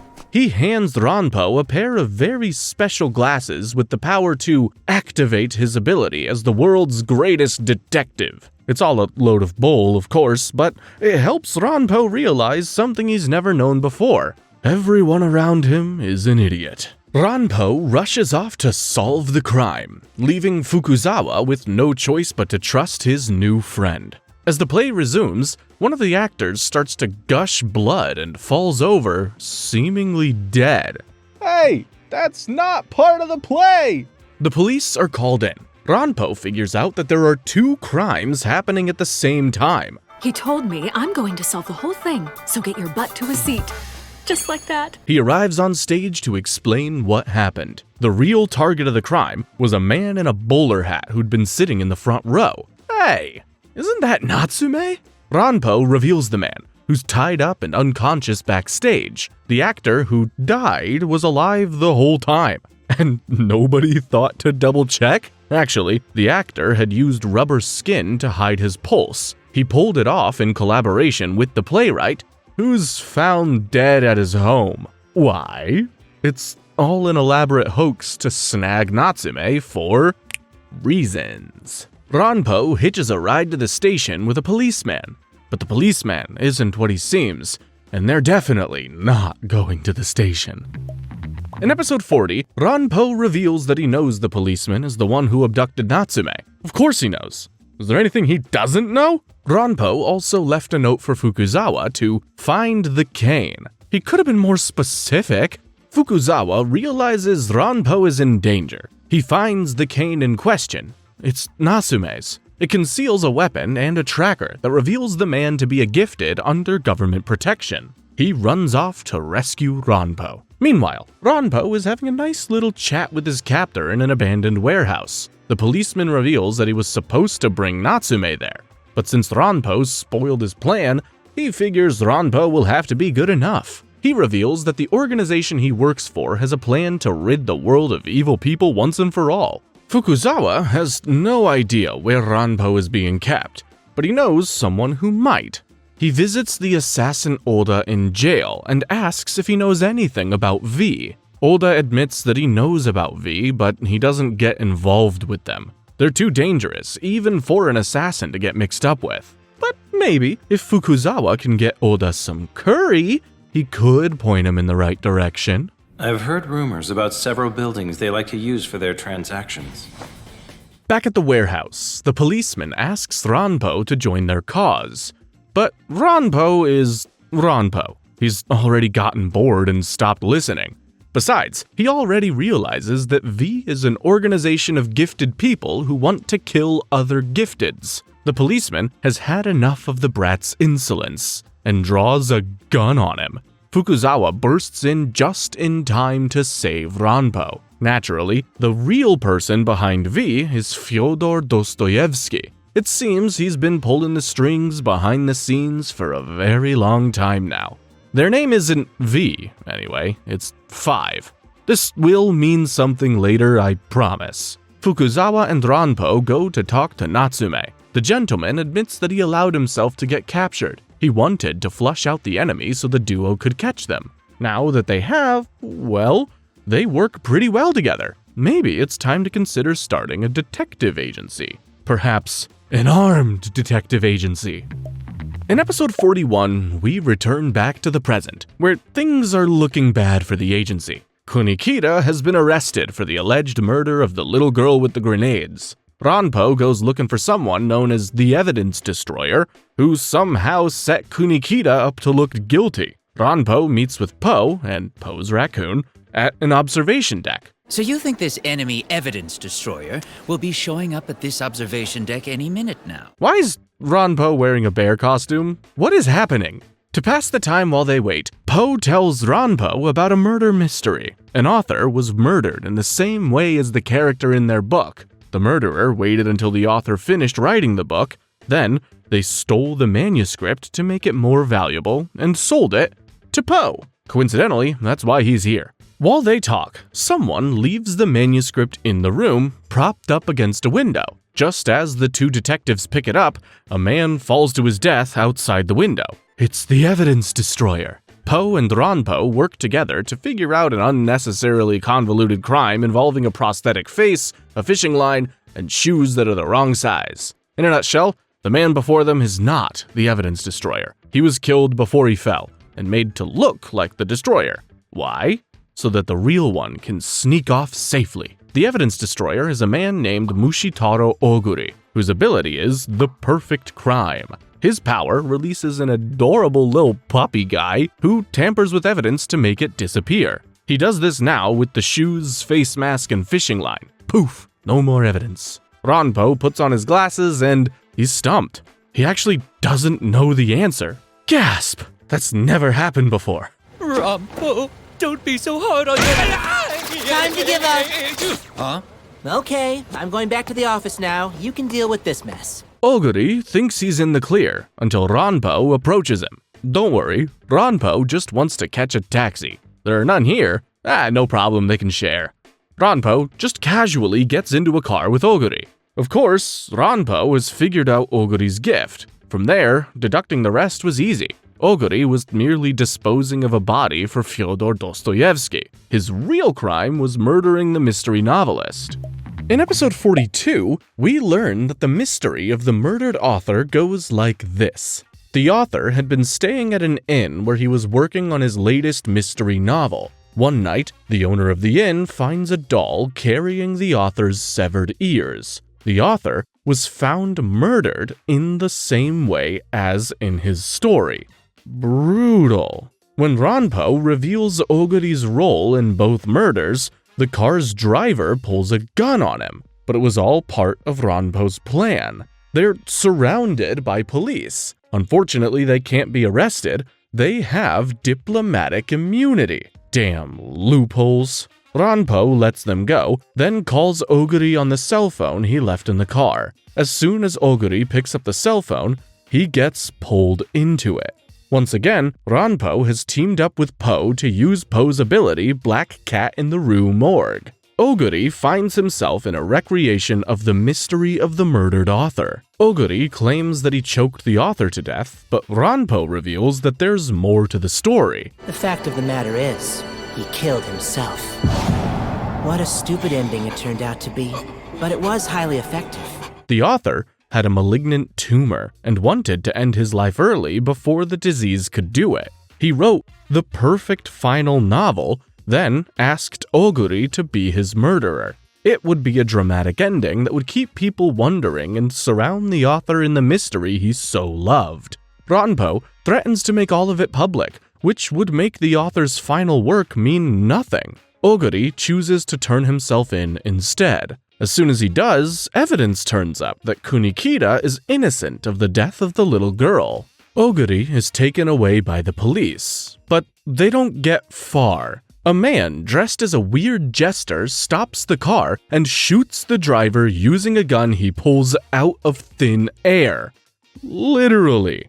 The jester, named Nikolai Gogol, is part of yet another group called the Decay of Angels. Before Oguri is taken away by Nikolai, he frantically sends Rampo a message. Do not take on the next job that's offered to the agency. It will bring doom to the agency. In episode 43, the agency does in fact get a new case.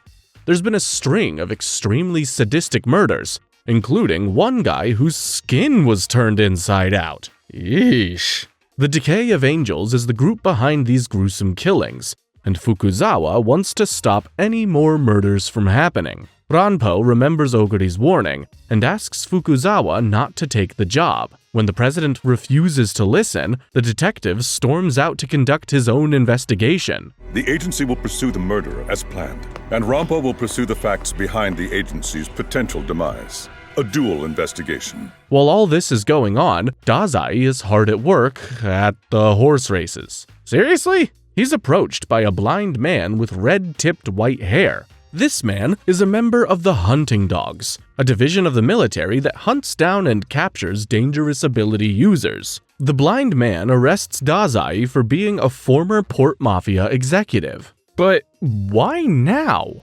It seems that a brand of the government led by a sleazy official is after the armed detective agency. The group digs up dirt on all the agency members, but once the government official finishes doing all the hard work, Nikolai steps in.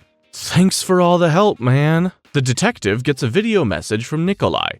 He's in a room with white hooded men and a bunch of government officials chained up to chairs. He gives the agency 4 pieces of information. First, he has the members of the government agency held prisoner, with chainsaw blades around them. Second, if someone who isn't a member of the agency comes to their aid, the chainsaws will be activated. Third, the chainsaws will be turned on at 6 p.m. regardless. And fourth, there is no fourth. Damn it! I just realized I don't have a 4th one! Oh, what do I do now? Atsushi rushes into the government building to deactivate the timed murder machine. He's intercepted by Nikolai, who announces that it's quiz time. What is Nikolai's special ability? If you guessed the ability to reach through his coat into a pocket in space and pull out random stuff, then either you're psychic or you've already seen this show. Why are you watching this? I mean, I appreciate it that you are, but why? Anyway, the ability is called the Overcoat. They fight, which ends with Nikolai pulling Atsushi's leg through one of his space pockets. Meanwhile, Rampo finds out more about the decay of angels. There are 5 members in the group. We've already met Nikolai and Fyodor, but the other 3 are still a mystery. They are equally powerful, gifted individuals, though. They're also after the book that can make anything written in it come true, and there's a huge problem. The angels managed to steal a page from the book. Nikolai leaves Atsushi with his legs stuck inside the ground. Ouch! He has more important things to do than fight the Tiger Boy. He arrives back in the room with all the captured government officials. Their time's up.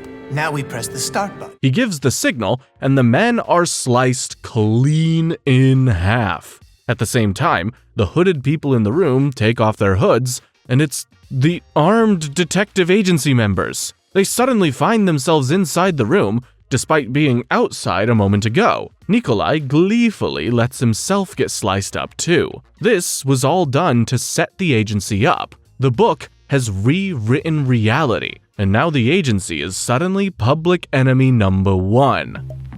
In episode 44, the agency members go on the run. The military calls in the big guns, the hunting dogs. The group consists of 5 members, a man with scars on his face and the tiniest white mustache, the blind man who arrested Dazai, a guy with a long sword, and a little girl with a big case of bloodlust. 1 second longer and I would have gladly chopped up your arms and legs to make fertilizer for my personal bonsai project! The 5th member is out on a secret covert mission. The agency members borrow a car for their getaway. They're tracked by 2 of the hunting dogs, the blind Saigiku Jono and the serious swordmaster Techo Suehiro. Meanwhile, Atsushi is still trying to pull his leg out of the ground. They left him behind? Luckily, 1 other agent stayed behind to protect him from the approaching military. Kyoka! She helps Atsushi get out and they make a run for it. Techo, the swordsman, uses his gifted ability, Plum Blossoms in the Snow, which allows him to extend and bend his sword at will. He slices the car in half. Whoa. He slices through Kunikita's notebook, then he prepares to behead Dr. Yosano so she can't heal anyone. At the last second, the most unlikely person comes to save him in a helicopter. Chuuya! Wait, has he been stuck in Poe's book since the whole incident with the virus? I'm here to save your asses on the boss's orders. He's been sent by Mori to save the agency. In episode 45, Swordmaster Techo launches himself into the air to attack the helicopter. Kunikita leaps out and takes out Techo with a bomb. The others escape without him, fearing the worst. 2 days later, things are still looking bad. The agency is hidden away by Mori. Kunikita is assumed to be dead, and Dazai is imprisoned by the hunting dogs. Kyoka and Atsushi are still on the run. Atsushi realizes the evidence destroyer Oguri might know something about what's happening. He needs to find him, and to do that, they need Fitzgerald's help. They show up at the new guild office and discover that Nathaniel beat them there. The man is being used as a pawn by Fyodor, and he's still obviously devastated about the comatose Margaret. Fitzgerald fights off Nathaniel, who runs off for now. Fitzgerald hears Atsushi out and agrees to help. For a price, of course. Fitzgerald will let Atsushi use the eyes of God to track down Oguri. In exchange, he wants Yosano to save Margaret. Meanwhile, Dazai is taken to a super-secret high-security containment center. He let himself get captured so he could go there. But it turns out, this is where Fyodor's been hanging out too. Dazai and Fyodor bond over their shared superior intelligence through some happy group counseling. What's the problem? Exactly what? Exactly what? Oh, life counseling. But actually, Dazai is here to figure out Fyodor's plan and stop him. At the Port Mafia hideout, Mori reveals that he also has a price. He's helping them because he wants Yosano back. Yeah, back. It turns out that she used to be his assistant, but first, she prepares to help Atsushi and Kyoka, who are on the way in an ambulance with Margaret. In episode 46, Yosano, Junichiro, and Kenji make their way through tunnels toward the meeting spot with Atsushi and co. As they walk, she tells them her story. A long time ago, Mori and Fukuzawa were allies. They had a falling out, and it was all because of Yosano. Back near the end of the Great War, 14 years ago, an island appeared out of nowhere. Electromagnetic waves knocked out modern equipment, forcing the soldiers to fight at close quarters. Yosano was a headstrong 11-year-old girl at the time. She was brought onto the battlefield by Dr. Mori for her extremely useful healing ability. Thank you so much, my angel. The fighting was brutal. Yosano found herself treating the same soldiers over and over until she realized that she was the reason why they were suffering so much. A normal unit would have retreated by now, but since they had Yosano, they didn't have to. She just healed them back up and sent them right back out to get hurt again. Yosano wanted to stop healing the soldiers, but Mori forced her to continue. One day, the soldier Yosano was the closest to couldn't take it anymore. He hung himself. This caused Yosano's mind to shatter. She went berserk and set off explosives in an aircraft carrier. Yosano was arrested and kept in isolation even after the war ended. Finally, she was taken out from the psych ward by Mori, who wanted her ability to defeat the former mafia boss. Fukuzawa disagreed with using his young, broken girl to help the bloodthirsty Mori in this mission. The two fought over her. While they dueled, Rampo tried to free Yosano, but she just wanted to go back to her prison. She was so tired of people wanting to exploit her ability. Rampo suggested that instead, she join the armed detective agency. After all, they didn't want her for her ability. They would accept her for her kindness. I don't care about your ability. It's your kindness that means something. Yosano agreed, and the rest, as they say, is history. In episode 47, Yosano, Kenji, and Junichiro finally reach the meeting spot. They find the Black Lizard group already waiting there. The ninja-like Gin, an orange-haired young man, and the group's gentlemanly leader. When the ambulance arrives, it turns out to be a trap. The vehicle explodes and the group is surrounded by military police. Fitzgerald didn't set them up. Selling them out would have made strategic sense, but he didn't. The detective agency will win. Therefore, I will side with the detective agency. Something else is going on here. A man in a raincoat steps forward and attacks Yosano and co., and he has the power to control metal, which he uses to thrust a sword into Kenji. The hunting dogs are also, it turns out, hot on their trail. The agency and Black Lizard members all escape to a secret Port Mafia route, which, you guessed it, is underground. Yosano suggests the team splits up to make it harder for them all to be tracked. Yosano emerges from a manhole to discover the real ambulance. Atsushi, Kyoka, and even Margaret are safe and sound.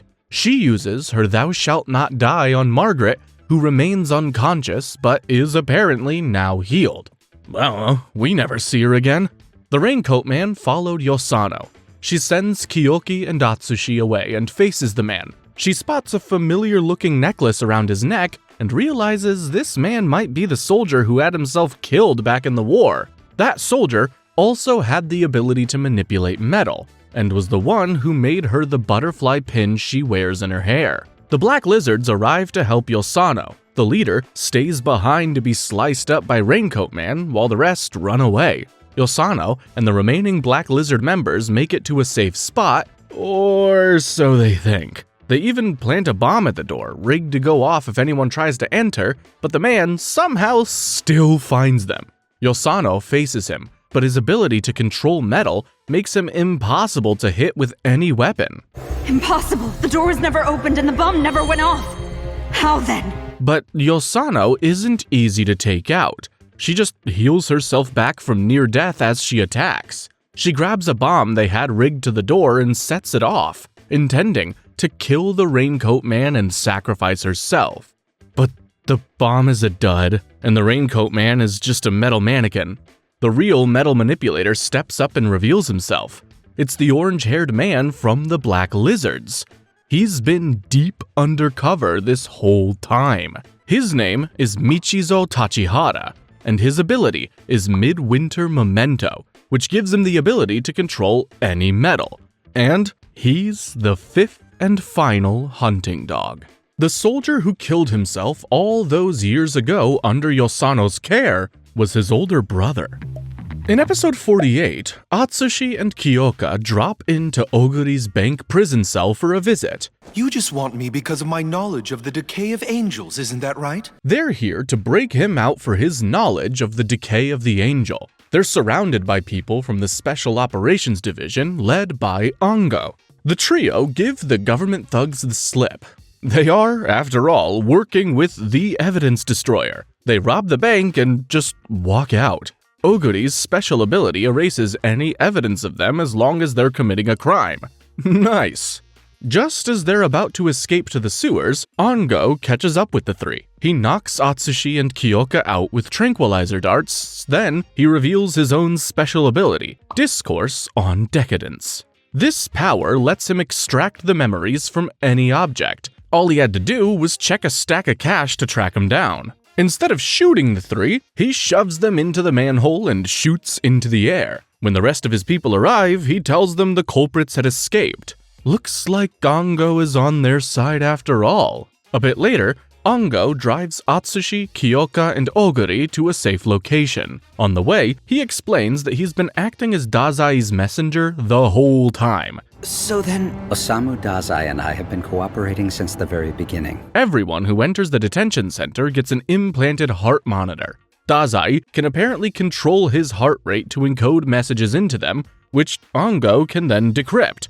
That's a cool party trick. Ango takes everyone to the safest place on Earth, inside Anne's room. Unlike everyone else in the world, Lucy never doubted Atsushi's innocence for a second. Aww.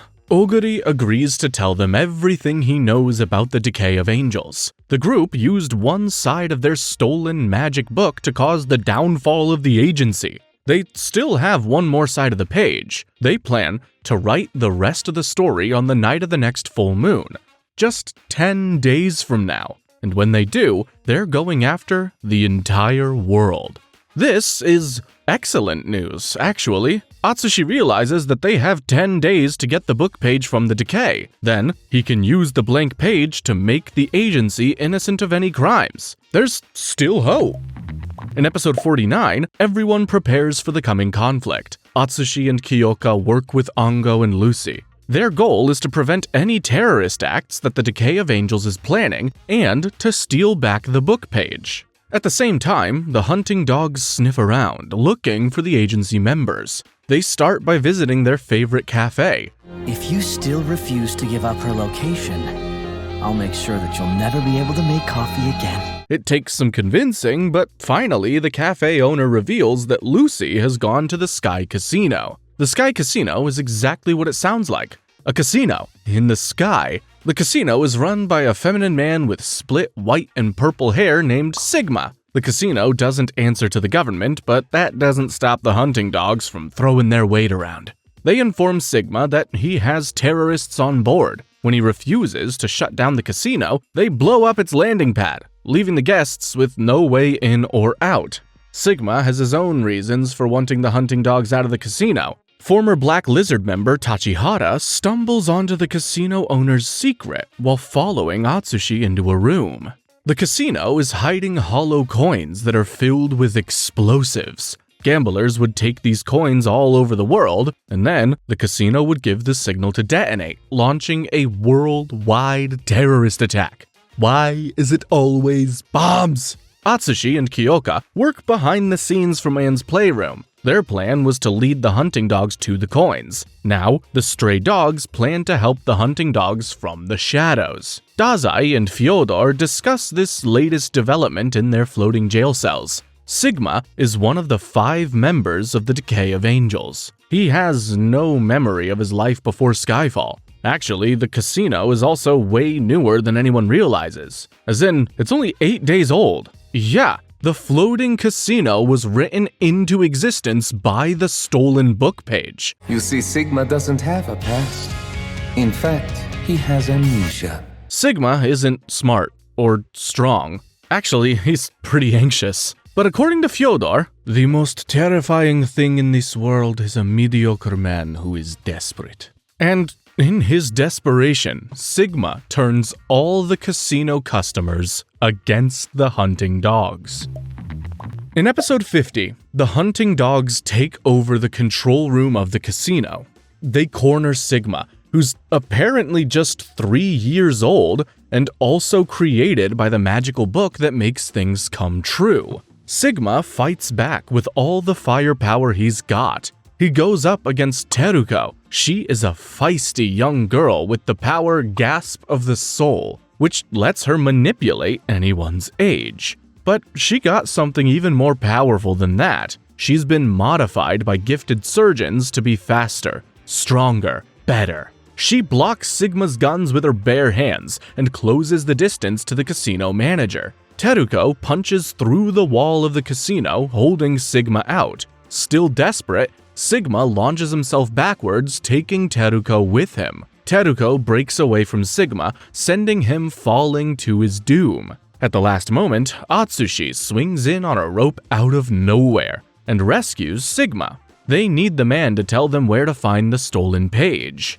Just when things can't possibly get any worse, Nathaniel floats up to the casino. He attacks Sigma, who ends up tumbling into the clouds anyway. Lucy saves Atsushi from a similar fate by transporting him to Anne's room. Nathaniel also gets pulled in, but now he's in Lucy's domain. As long as you remain in this room, there's nothing you can do that will hurt Anne. She has Anne capture the man, but things still look bad. In a last-ditch effort to get the dogs on their side, Atsushi leaves a message for Tachihara, telling him everything he knows about the decay of angels. Fyodor is one step ahead of everyone. Part of what he wrote on that book page states that anyone investigating the agency will ignore anything that makes them seem innocent. But somehow, Tachihara breaks through this rule. He realizes that the agency can't possibly be horrible terrorists, and he's prepared to prove this to the world. Episode 51 launches Season 5 of Bungo Stray Dogs. It begins on a grim note. Kunikida is alive, but captured by the hunting dogs. He lost both of his hands in the explosion. Without them, he won't be able to use his Dopo Poet ability. Kunikida is offered a way out. If he joins the hunting dogs, he'll get the medical care he needs. Oh, and by the way, Yosano is scheduled to be executed that very same day. It's getting bleak. On the bright side, turns out Sigma's alive. He was saved by the jester Nikolai. Wait, how did Nikolai survive being cut up? How were you able to survive that?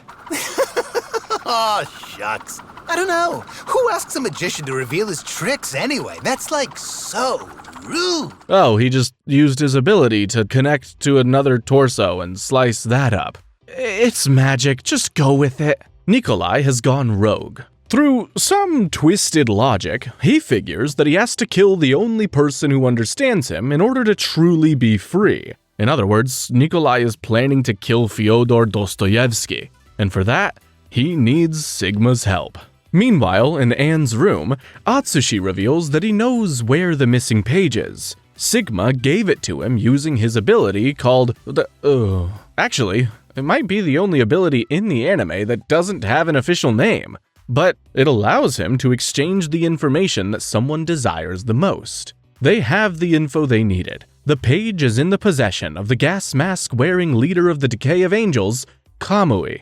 Kamui has been collecting agency members. He pulls Kunikida and Yosano out of prison, abducts Fukuzawa, and even captures their hacker informant. The man takes off his mask and reveals it's Rampo? Oh, yeah, wait, I completely forgot about him. He and Dazai predicted Kamui's assassination plots, so he beat Kamui to them. He had some help from Edgar Allan Poe, but that's besides the point. When it came to all the explosions and for preparing the vehicle... Yeah, you helped out. We don't have time for all your gloating right now. All the agency members are safe. Best of all, they've been reunited. They're the strongest when they're working together. Their first step together is to get the public back on their side. Rampo visits a news agency and tells their story. The armed detective agency was framed. He sends a packet of information to all the law enforcement agencies in the country. These detail all the evidence that proves the agency is innocent. Rampo tells everyone to think beyond their jobs as law enforcement. If they just consider the evidence with their souls, they'll be able to overcome the truth written on the page. In episode 52, Rampo's announcement splits the law enforcement agencies in two: those who believe him and those who don't. Policemen and detectives who he's helped over the years rush to his side. The agency members all reunite in Anne's room. Hey, it's starting to get a little crowded in here. Hey, I can't breathe. Yosano can help heal Kunikita's hands, while Atsushi and Kyoka search for Junichiro and Kenji. And Rampo, he's off to do some detecting. Meanwhile, on a remote island, a new counter-terrorist force rises up. Its goal is to defend the entire world from terrorists like the armed detective agency. And at its head is the leader of the hunting dogs, aka the man with the tiny mustache, Ochi Fukuchi. Humanity will be doomed without the creation of this. We are already losing the fight. He names the new force the Army of Mankind. These organization names are getting so out of control. Fukuchi finds Rampo waiting for him in his back room. Fukuchi and President Fukuzawa go way back. Rampo asks Fukuchi to team up with the agency against the Decay of Angels, and the man agrees. Sure, why not? Seems like fun. Fukuchi joins Atsushi and Rampo on a boat to get them off the island. Since there's nothing else to do, Rampo activates his fake special skill to figure out who Kamui is. He immediately regrets it, because Rampo realizes that the only person who could be Kamui is the very man he just brought on the boat, Ochi Fukuchi. Atsushi. I messed up. I'm very sorry. Rampo acts fast. He activates a flare and pushes Atsushi out of the way. He tells Atsushi to run and reveals Kamui's special ability, Mirror Lion, which increases the power of any weapon. With that, Rampo dives into one of Poe's stories. Fukuchi, or rather Kamui, tells Atsushi he has two choices: fight or run. Either way, Kamui isn't gonna let the were-tiger off the ship now that he knows the man's secret. Kamui taunts Atsushi with the reality-altering page, but before Atsushi can attack, Kamui slices Atsushi's leg off. Why does this keep happening to the poor kid? Atsushi is afraid to face this powerful enemy alone, but he isn't alone. His help is already on the ship, and it's the least likely person, Akutagawa. In episode 53, Akutagawa comes to Atsushi's rescue. He's on the ship by Dazai's orders and was alerted by Rampo's flare. Why are you here? By Dazai's orders. Akutagawa destroys the ship's engine room, trapping the three of them in the middle of the ocean. Akutagawa stalls Kamui, while Atsushi regenerates his leg. As soon as he's ready, Atsushi drags Akutagawa away into the ship. Atsushi finds out that his emo rival actually held up his end of the promise. He hasn't killed anyone since they last spoke. Nice. But now he's rearing to attack Kamui head on. They rush to the ship's deck with a half-formed plan involving a submarine, but Kamui is already there, waiting for them. They try to fight, but they're no match for him. He's defeated many gifteds on the battlefield in the war. He's just too powerful. Kamui pulls a glowing sword out of thin air. It's a special ceremonial sword that has the power to reach beyond time and space. It's made 100 times more powerful by Kamui's ability. He slices through Akutagawa and Atsushi without moving from his spot. Kamui gives Akutagawa a choice: just to make things more interesting. He promises to take him as his apprentice if he kills the were-tiger. The two shake off their stab wounds and get up. Akutagawa says he can't disappoint Dazai, then rushes at Atsushi. The Tiger Boy decides to trust Akutagawa. Instead of attacking each other, Atsushi and Akutagawa merge. Wearing his awesome new Rashomon cloak and claws, Atsushi ambushes Kamui from behind. The surprise attack works. Atsushi slices off Fukuchi's arms. Then, he gets the all-important paper from the dying man. They did it! But in the final moments before he was struck down, Kamui reached his sword through space. Time rewinds, and this time Kamui hits Atsushi first, slicing off his arm. It's all thanks to that blade of his. Kamui's sword can reach back in time. Akutagawa creates a distraction with Rashoumon and a fire extinguisher, letting them get away. But even this doesn't work. Kamui simply reaches his sword back in time and slices Akutagawa's neck. Aw man, I was just starting to like the guy. In episode 54, Akutagawa's distraction gives Atsushi enough time to escape. Back on the ship, Kamui then pulls out a coffin. Inside is the final member of the Decay of Angels, Bram Stoker. He is, of course, a vampire. How fitting for the real-world author of The Dracula. Close my coffin, let me sleep.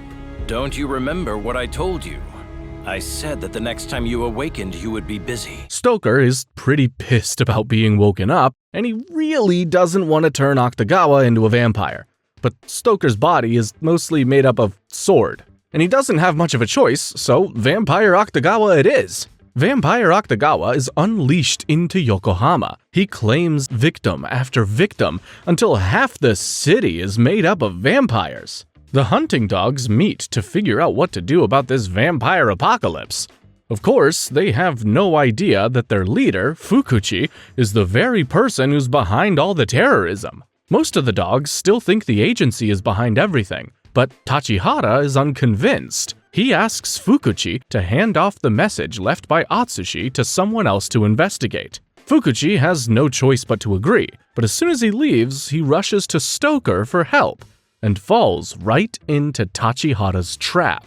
The Port Mafia's leader, Ogai Mori, figured out the truth about both Tachihara and Kamui, so he turned Tachihara against the hunting dog's leader. Tachihara tracks Fukuchi down and transmits their conversation to the police. Then, he attacks Fukuchi, aka Kamui. He and Mori have come up with a countermeasure to the space-time blade. The sword might be fancy, but at the end of the day, it's still just a piece of metal, and Tachihara is the master of all things metal. Tachihara yanks the special sword away from Kamui. He uses it to slice back in time and destroy a second sword. Some shards of metal inside Kamui's body is all it takes. Tachihara moves the shards through the man's body toward his heart and brain. Somehow, this is still not enough. Tachihara is stabbed from behind by the space-time sword, which is also still floating by his side. So now it can be in two places at once? No, it's much more convoluted than that. Kamui sent the sword into the past to warn himself of the coming danger, then he thrust the sword into the future. Finally, all he had to do was guide Tachihara to the right spot at the right time. Simple! You sent information to yourself in the past? You've got to be kidding me. Now, Kamui finishes the job by slashing Tachihara's eyes. He gives a big speech about what it means to destroy the false angels of the world. These are the people who send others into battle without ever stepping foot in the battlefield. Part of his plan is to control half the world's population by turning them into vampires, and Stoker is kind of a weapon. So he's made it extra powerful by Kamui's ability. After his speech, Kamui has Stoker turn the blinded Tachihara into a vampire too. With just 4 days left until the next full moon, the world is thrown into chaos. Vampires are everywhere, and the world leaders turn to the only person they can think of to trust, Ochi Fukuchi. In episode 55, the agency assembles at a recreation office created by Poe. With the gang all there, Rampo announces that they're ready to fight the enemy. This is the meeting for our final mission to save the detective agency. Things look pretty bad. The contagion is spreading all around the world. Nations are falling one by one, their armies replaced by vampires.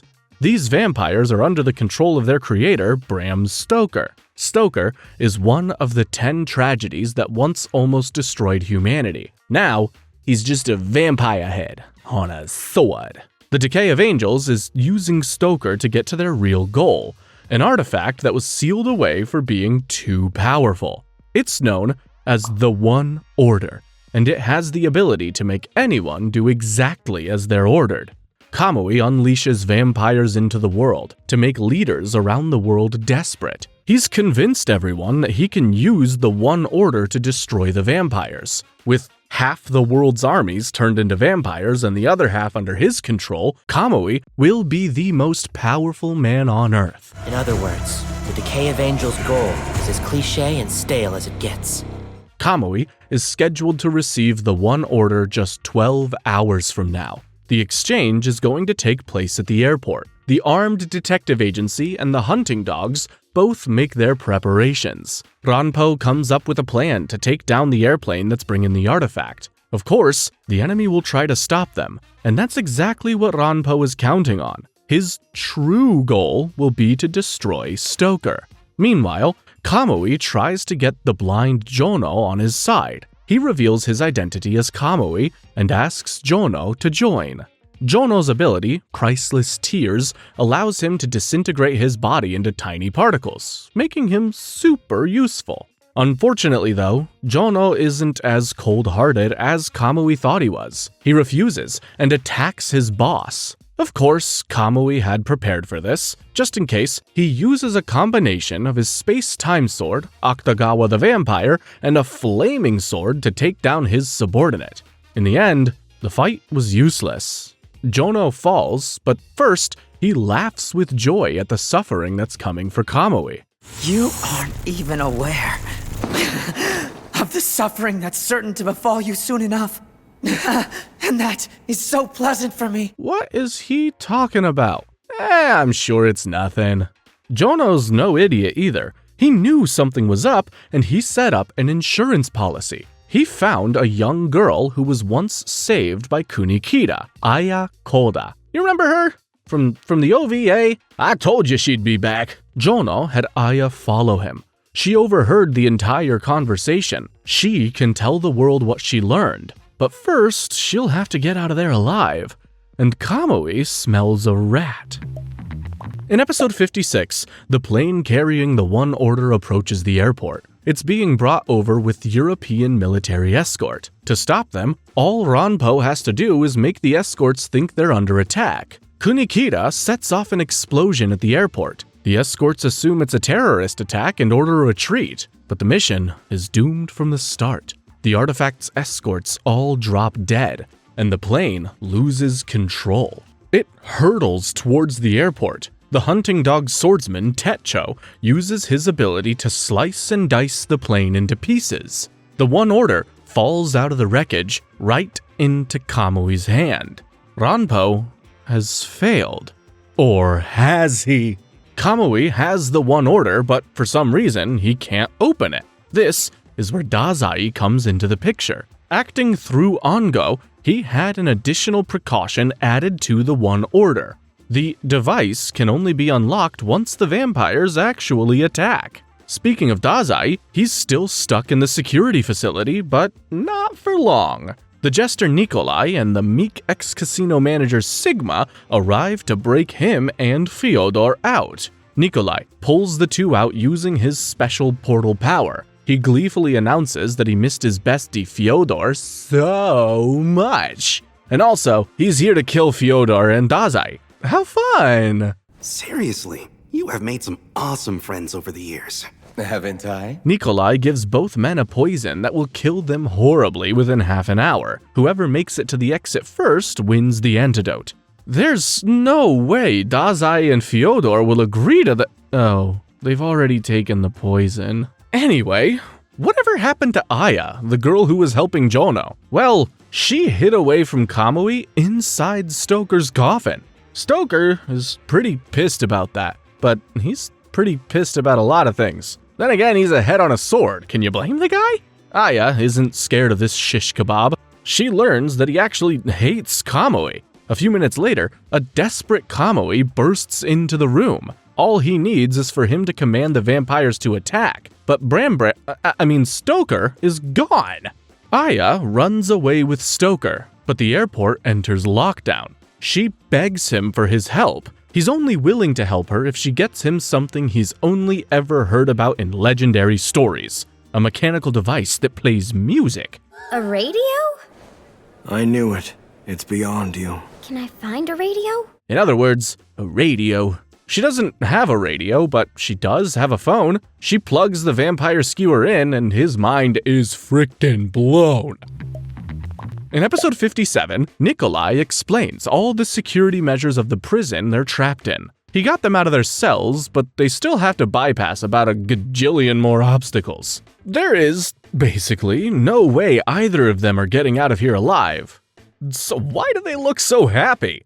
These two. I bet each one is gleefully picturing the other drowning to death. Nikolai lets the two choose one thing to help them in their quest. Fyodor chooses a keycard, and Dazai chooses Sigma. Instead of trying to get out, the two maniacs kill time. Fyodor sits on a bench for 5 minutes, while Dazai ballroom dances around the prison with Sigma. Explosions rock the prison as another intruder arrives. Chuuya Nakahara, vampire extraordinaire, is there to help Fyodor. Your move, Dazai. Back at the airport, Aya runs away with Stoker strapped to her back. Turns out, Stoker can't control his vampires unless Kamui is holding him. Frickin' useless! Kenji and Atsushi step in to help. They're confronted by two of the hunting dogs. The young Teruko battles Atsushi, and the swordmaster Tetsuo faces off against Kenji. But Atsushi's goal isn't to fight Teruko. He was looking for her so he could give her a video message from Tachihara. He tells her that the agency is innocent. Atsushi asks Teruko to work with them. In episode 58, turns out that Teruko was only pretending to cooperate. She turns Atsushi into an adorable young boy and announces to the other hunting dogs that she's captured an agency member. Kenji, who's fighting Tetsuo, overhears this, and something in him snaps. His desire to help his friend unleashes his full power. The hunting dogs have made Kenji angry, and no one likes Kenji when he's angry. Which means when Kenji gets really angry, watch out. You understand, don't you? Who could stop an eruption with their bare hands? Kenji defeats Tetsuo with ease. He lifts a massive block of concrete and prepares to finish the job. But at the last moment, he realizes he's not really mad at Tetsuo. All the guy wants is to find his friend Jono. Kenji suggests that they look for his friend together, and they exchange names and both collapse. Aww, they're friends now! Back at the prison, Dazai and Sigma team up against Fyodor and Chuuya. Dazai reveals his master plan. He's not going to escape. He's going to kill Fyodor. Dazai's been 5 steps ahead of Fyodor this entire time. When Fyodor and Chuuya go for the exit, they become trapped in the security room. It begins to flood. Fyodor's keycard rendered useless, and Chuuya not strong enough to break out. Dazai's secret weapon is a legendary gifted thief, who's also being held at the prison. She has the power to stop time, but it doesn't work on Dazai. He's already disabled all the guards in the control room and changed the security code. And all the while, no one even knew time had stopped. Forget all the villains they've faced. Dazai is the most frightening character in this anime. Meanwhile, Aya manages to get out into the garage, with Stoker still strapped to her back. The smart girl climbs into the back of a truck used by the cleaning crew. This carriage has no horse. It's a truck. All they have to do is wait, and they'll be taken out of there safely, eventually. The two hang out and chat about bathtubs and horses. And suddenly, Rashoumon slices the top of the truck clean off. Guys, I think they might have found you. In episode 59, President Fukuzawa and Rampo come out to meet with Kamui. He's captured Kunikira and Junichiro and has them strapped to machines. They're also technically dead, and the machine is keeping them alive. And that seems unnecessarily complicated. Even the world's greatest detective doesn't stand a chance against someone who can see into the future and attack from any space or time. Kamui easily grabs hold of Rampo, adding another hostage to his collection. Fukuzawa figures out that Kamui's goal isn't world domination. Kamui challenges the president to figure out his true goal, or he'll kill all the hostages. Through a sequence of flashbacks, we discover the history behind Fukuchi and Fukuzawa. They've known each other since they were kids. When they were still young, Fukuchi went to fight in the war. Fukuzawa stayed behind to end the war from home in his own way. Now, the old friends clash in a sword duel once again. The end of the world is nearly upon them. Kamui prepares to order the vampires to attack. In just 5 minutes, the one order will be unlocked, and then Kamui will be unstoppable. Fukuzawa tells Kamui he's figured him out. Kamui must have gone after the agency to punish him for not going into the battlefield with him, but he's wrong, and time is out. Kamui thrusts his sword into his old friend. Meanwhile, Atsushi is freed by Teruko. She's still standing by her captain, but she doesn't quite see Atsushi as her enemy. Teruko tells Atsushi the real goal of the Decay of Angels. I challenge the justice of heaven! So now I finally understand what he meant. Atsushi runs out of the room, and Teruko lets him leave without a fight. Meanwhile, Dazai and Sigma play some games of rock, paper, scissors. Not for any reason, just for funsies. Dazai heads to check on Fyodor and Chuuya, who he believes to be floating corpses by now. Instead, he hears the voice of the thief he used. She calls out for help, then is shot dead. Fyodor and vampire Chuuya manage to escape the flooded room. Fyodor simply had Chuuya bend the wall by the door ahead of time. The door failed to close completely, and the two just swam on out. Now, it's Dazai's turn to drown. Fyodor activates the intruder alert, and the elevator Dazai and Sigma are in begins to fill with water. In episode 60, Dazai forces Sigma underwater, and just in time, the room above them bursts into flames. They can either drown or burn. Dazai grabs Sigma's gun and rushes to the surface. The flames have gone out, but the room now has no oxygen. Dazai shoots out the mechanism holding the door closed. Sigma forces the door open and the water drains out. They can breathe again.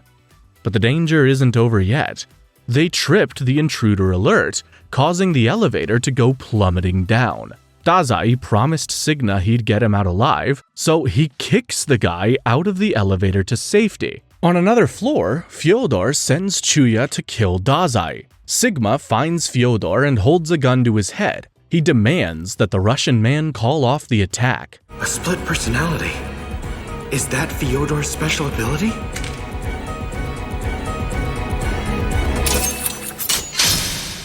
Meanwhile, Aya wakes up on top of an observation tower. Below her, Atsushi fights the vampire Akutagawa to get to her. Stoker is still there too. He tells her that Kamui had given the order for the vampires to attack in 5 minutes. There's nothing that they can do. Aya's not the kind to sulk around and do nothing. The sword is what's keeping her Stoker's power sealed, so she just has to pull it out. Akutagawa captures Atsushi using Rashoumon and snaps his limbs off. Yeesh! The one order unlocks, granting Kamui its power. Kamui immediately orders all units to launch an attack. Back in the prison, Fyodor overpowers Sigma. Chuuya finds Dazai and shoots him in the head. The end of the world has begun. It's the end of the world. Not yet, it's not. What are you going to do? I'm going to look for something to help pull the sword out. Their last hope is a little girl and a vampire on a stick. Episode 61 is the final episode of Bungo Stray Dogs. Aya ties a table to Stoker's sword and pushes it over the edge of the tower. It's still not enough force to pull the sword out of the vampire's head, but Aya's got a heart of gold. That must weigh like a ton, right? She leaps off the side of the tower and slams down onto the hanging table. That does the trick. The sword slides out of the vampire, and Aya and the table go falling toward the ground. Aya, no! Back on the ground, Fukuzawa attacks Kamui. He gets his old friend to plunge the space-time sword into him, removing his power to attack in time. Then, he grabs the One Order and commands all units to cease their attacks. Meanwhile, Fyodor calmly walks out of the prison through the front doors. Guess he won that one. Nikolai is waiting for him. He's super thrilled his bestie made it out alive. Now, the antidote is yours. Indeed. He's just about to take off for freedom to a helicopter when Dazai walks out too. And inside the helicopter, one of the vampires under Fyodor's command thrusts a long pole through the Russian's stomach. Dazai had one thing that Fyodor didn't: allies. Chuuya was never actually a vampire, and the death scene was faked. As for the rest, Dazai had faith that his friends would come in clutch. Only Dazai gets to kill Dazai. Dazai sends the helicopter crashing into the prison, and finally, Fyodor is no more. Hey, that kinda rhymes. I'm a poet, and I didn't even realize it. In the main battleground, Aya wakes up unharmed.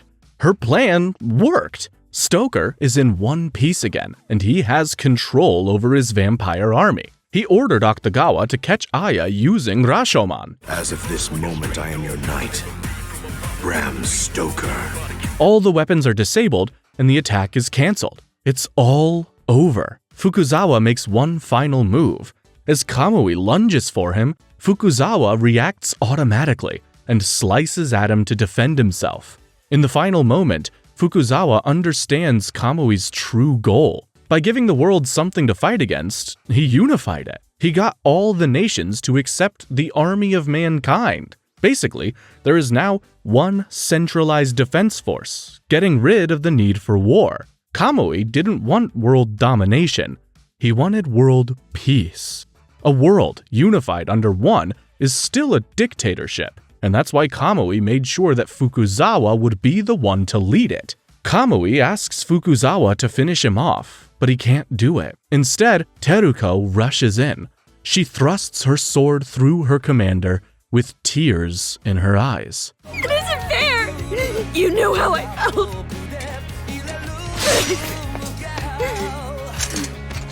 You're the one who killed him. In the end, everyone is saved. Well, except Ochi Fukuchi and Fyodor Dostoevsky, probably. Who knows with that guy? And that's the end of Bungo Stray Dogs.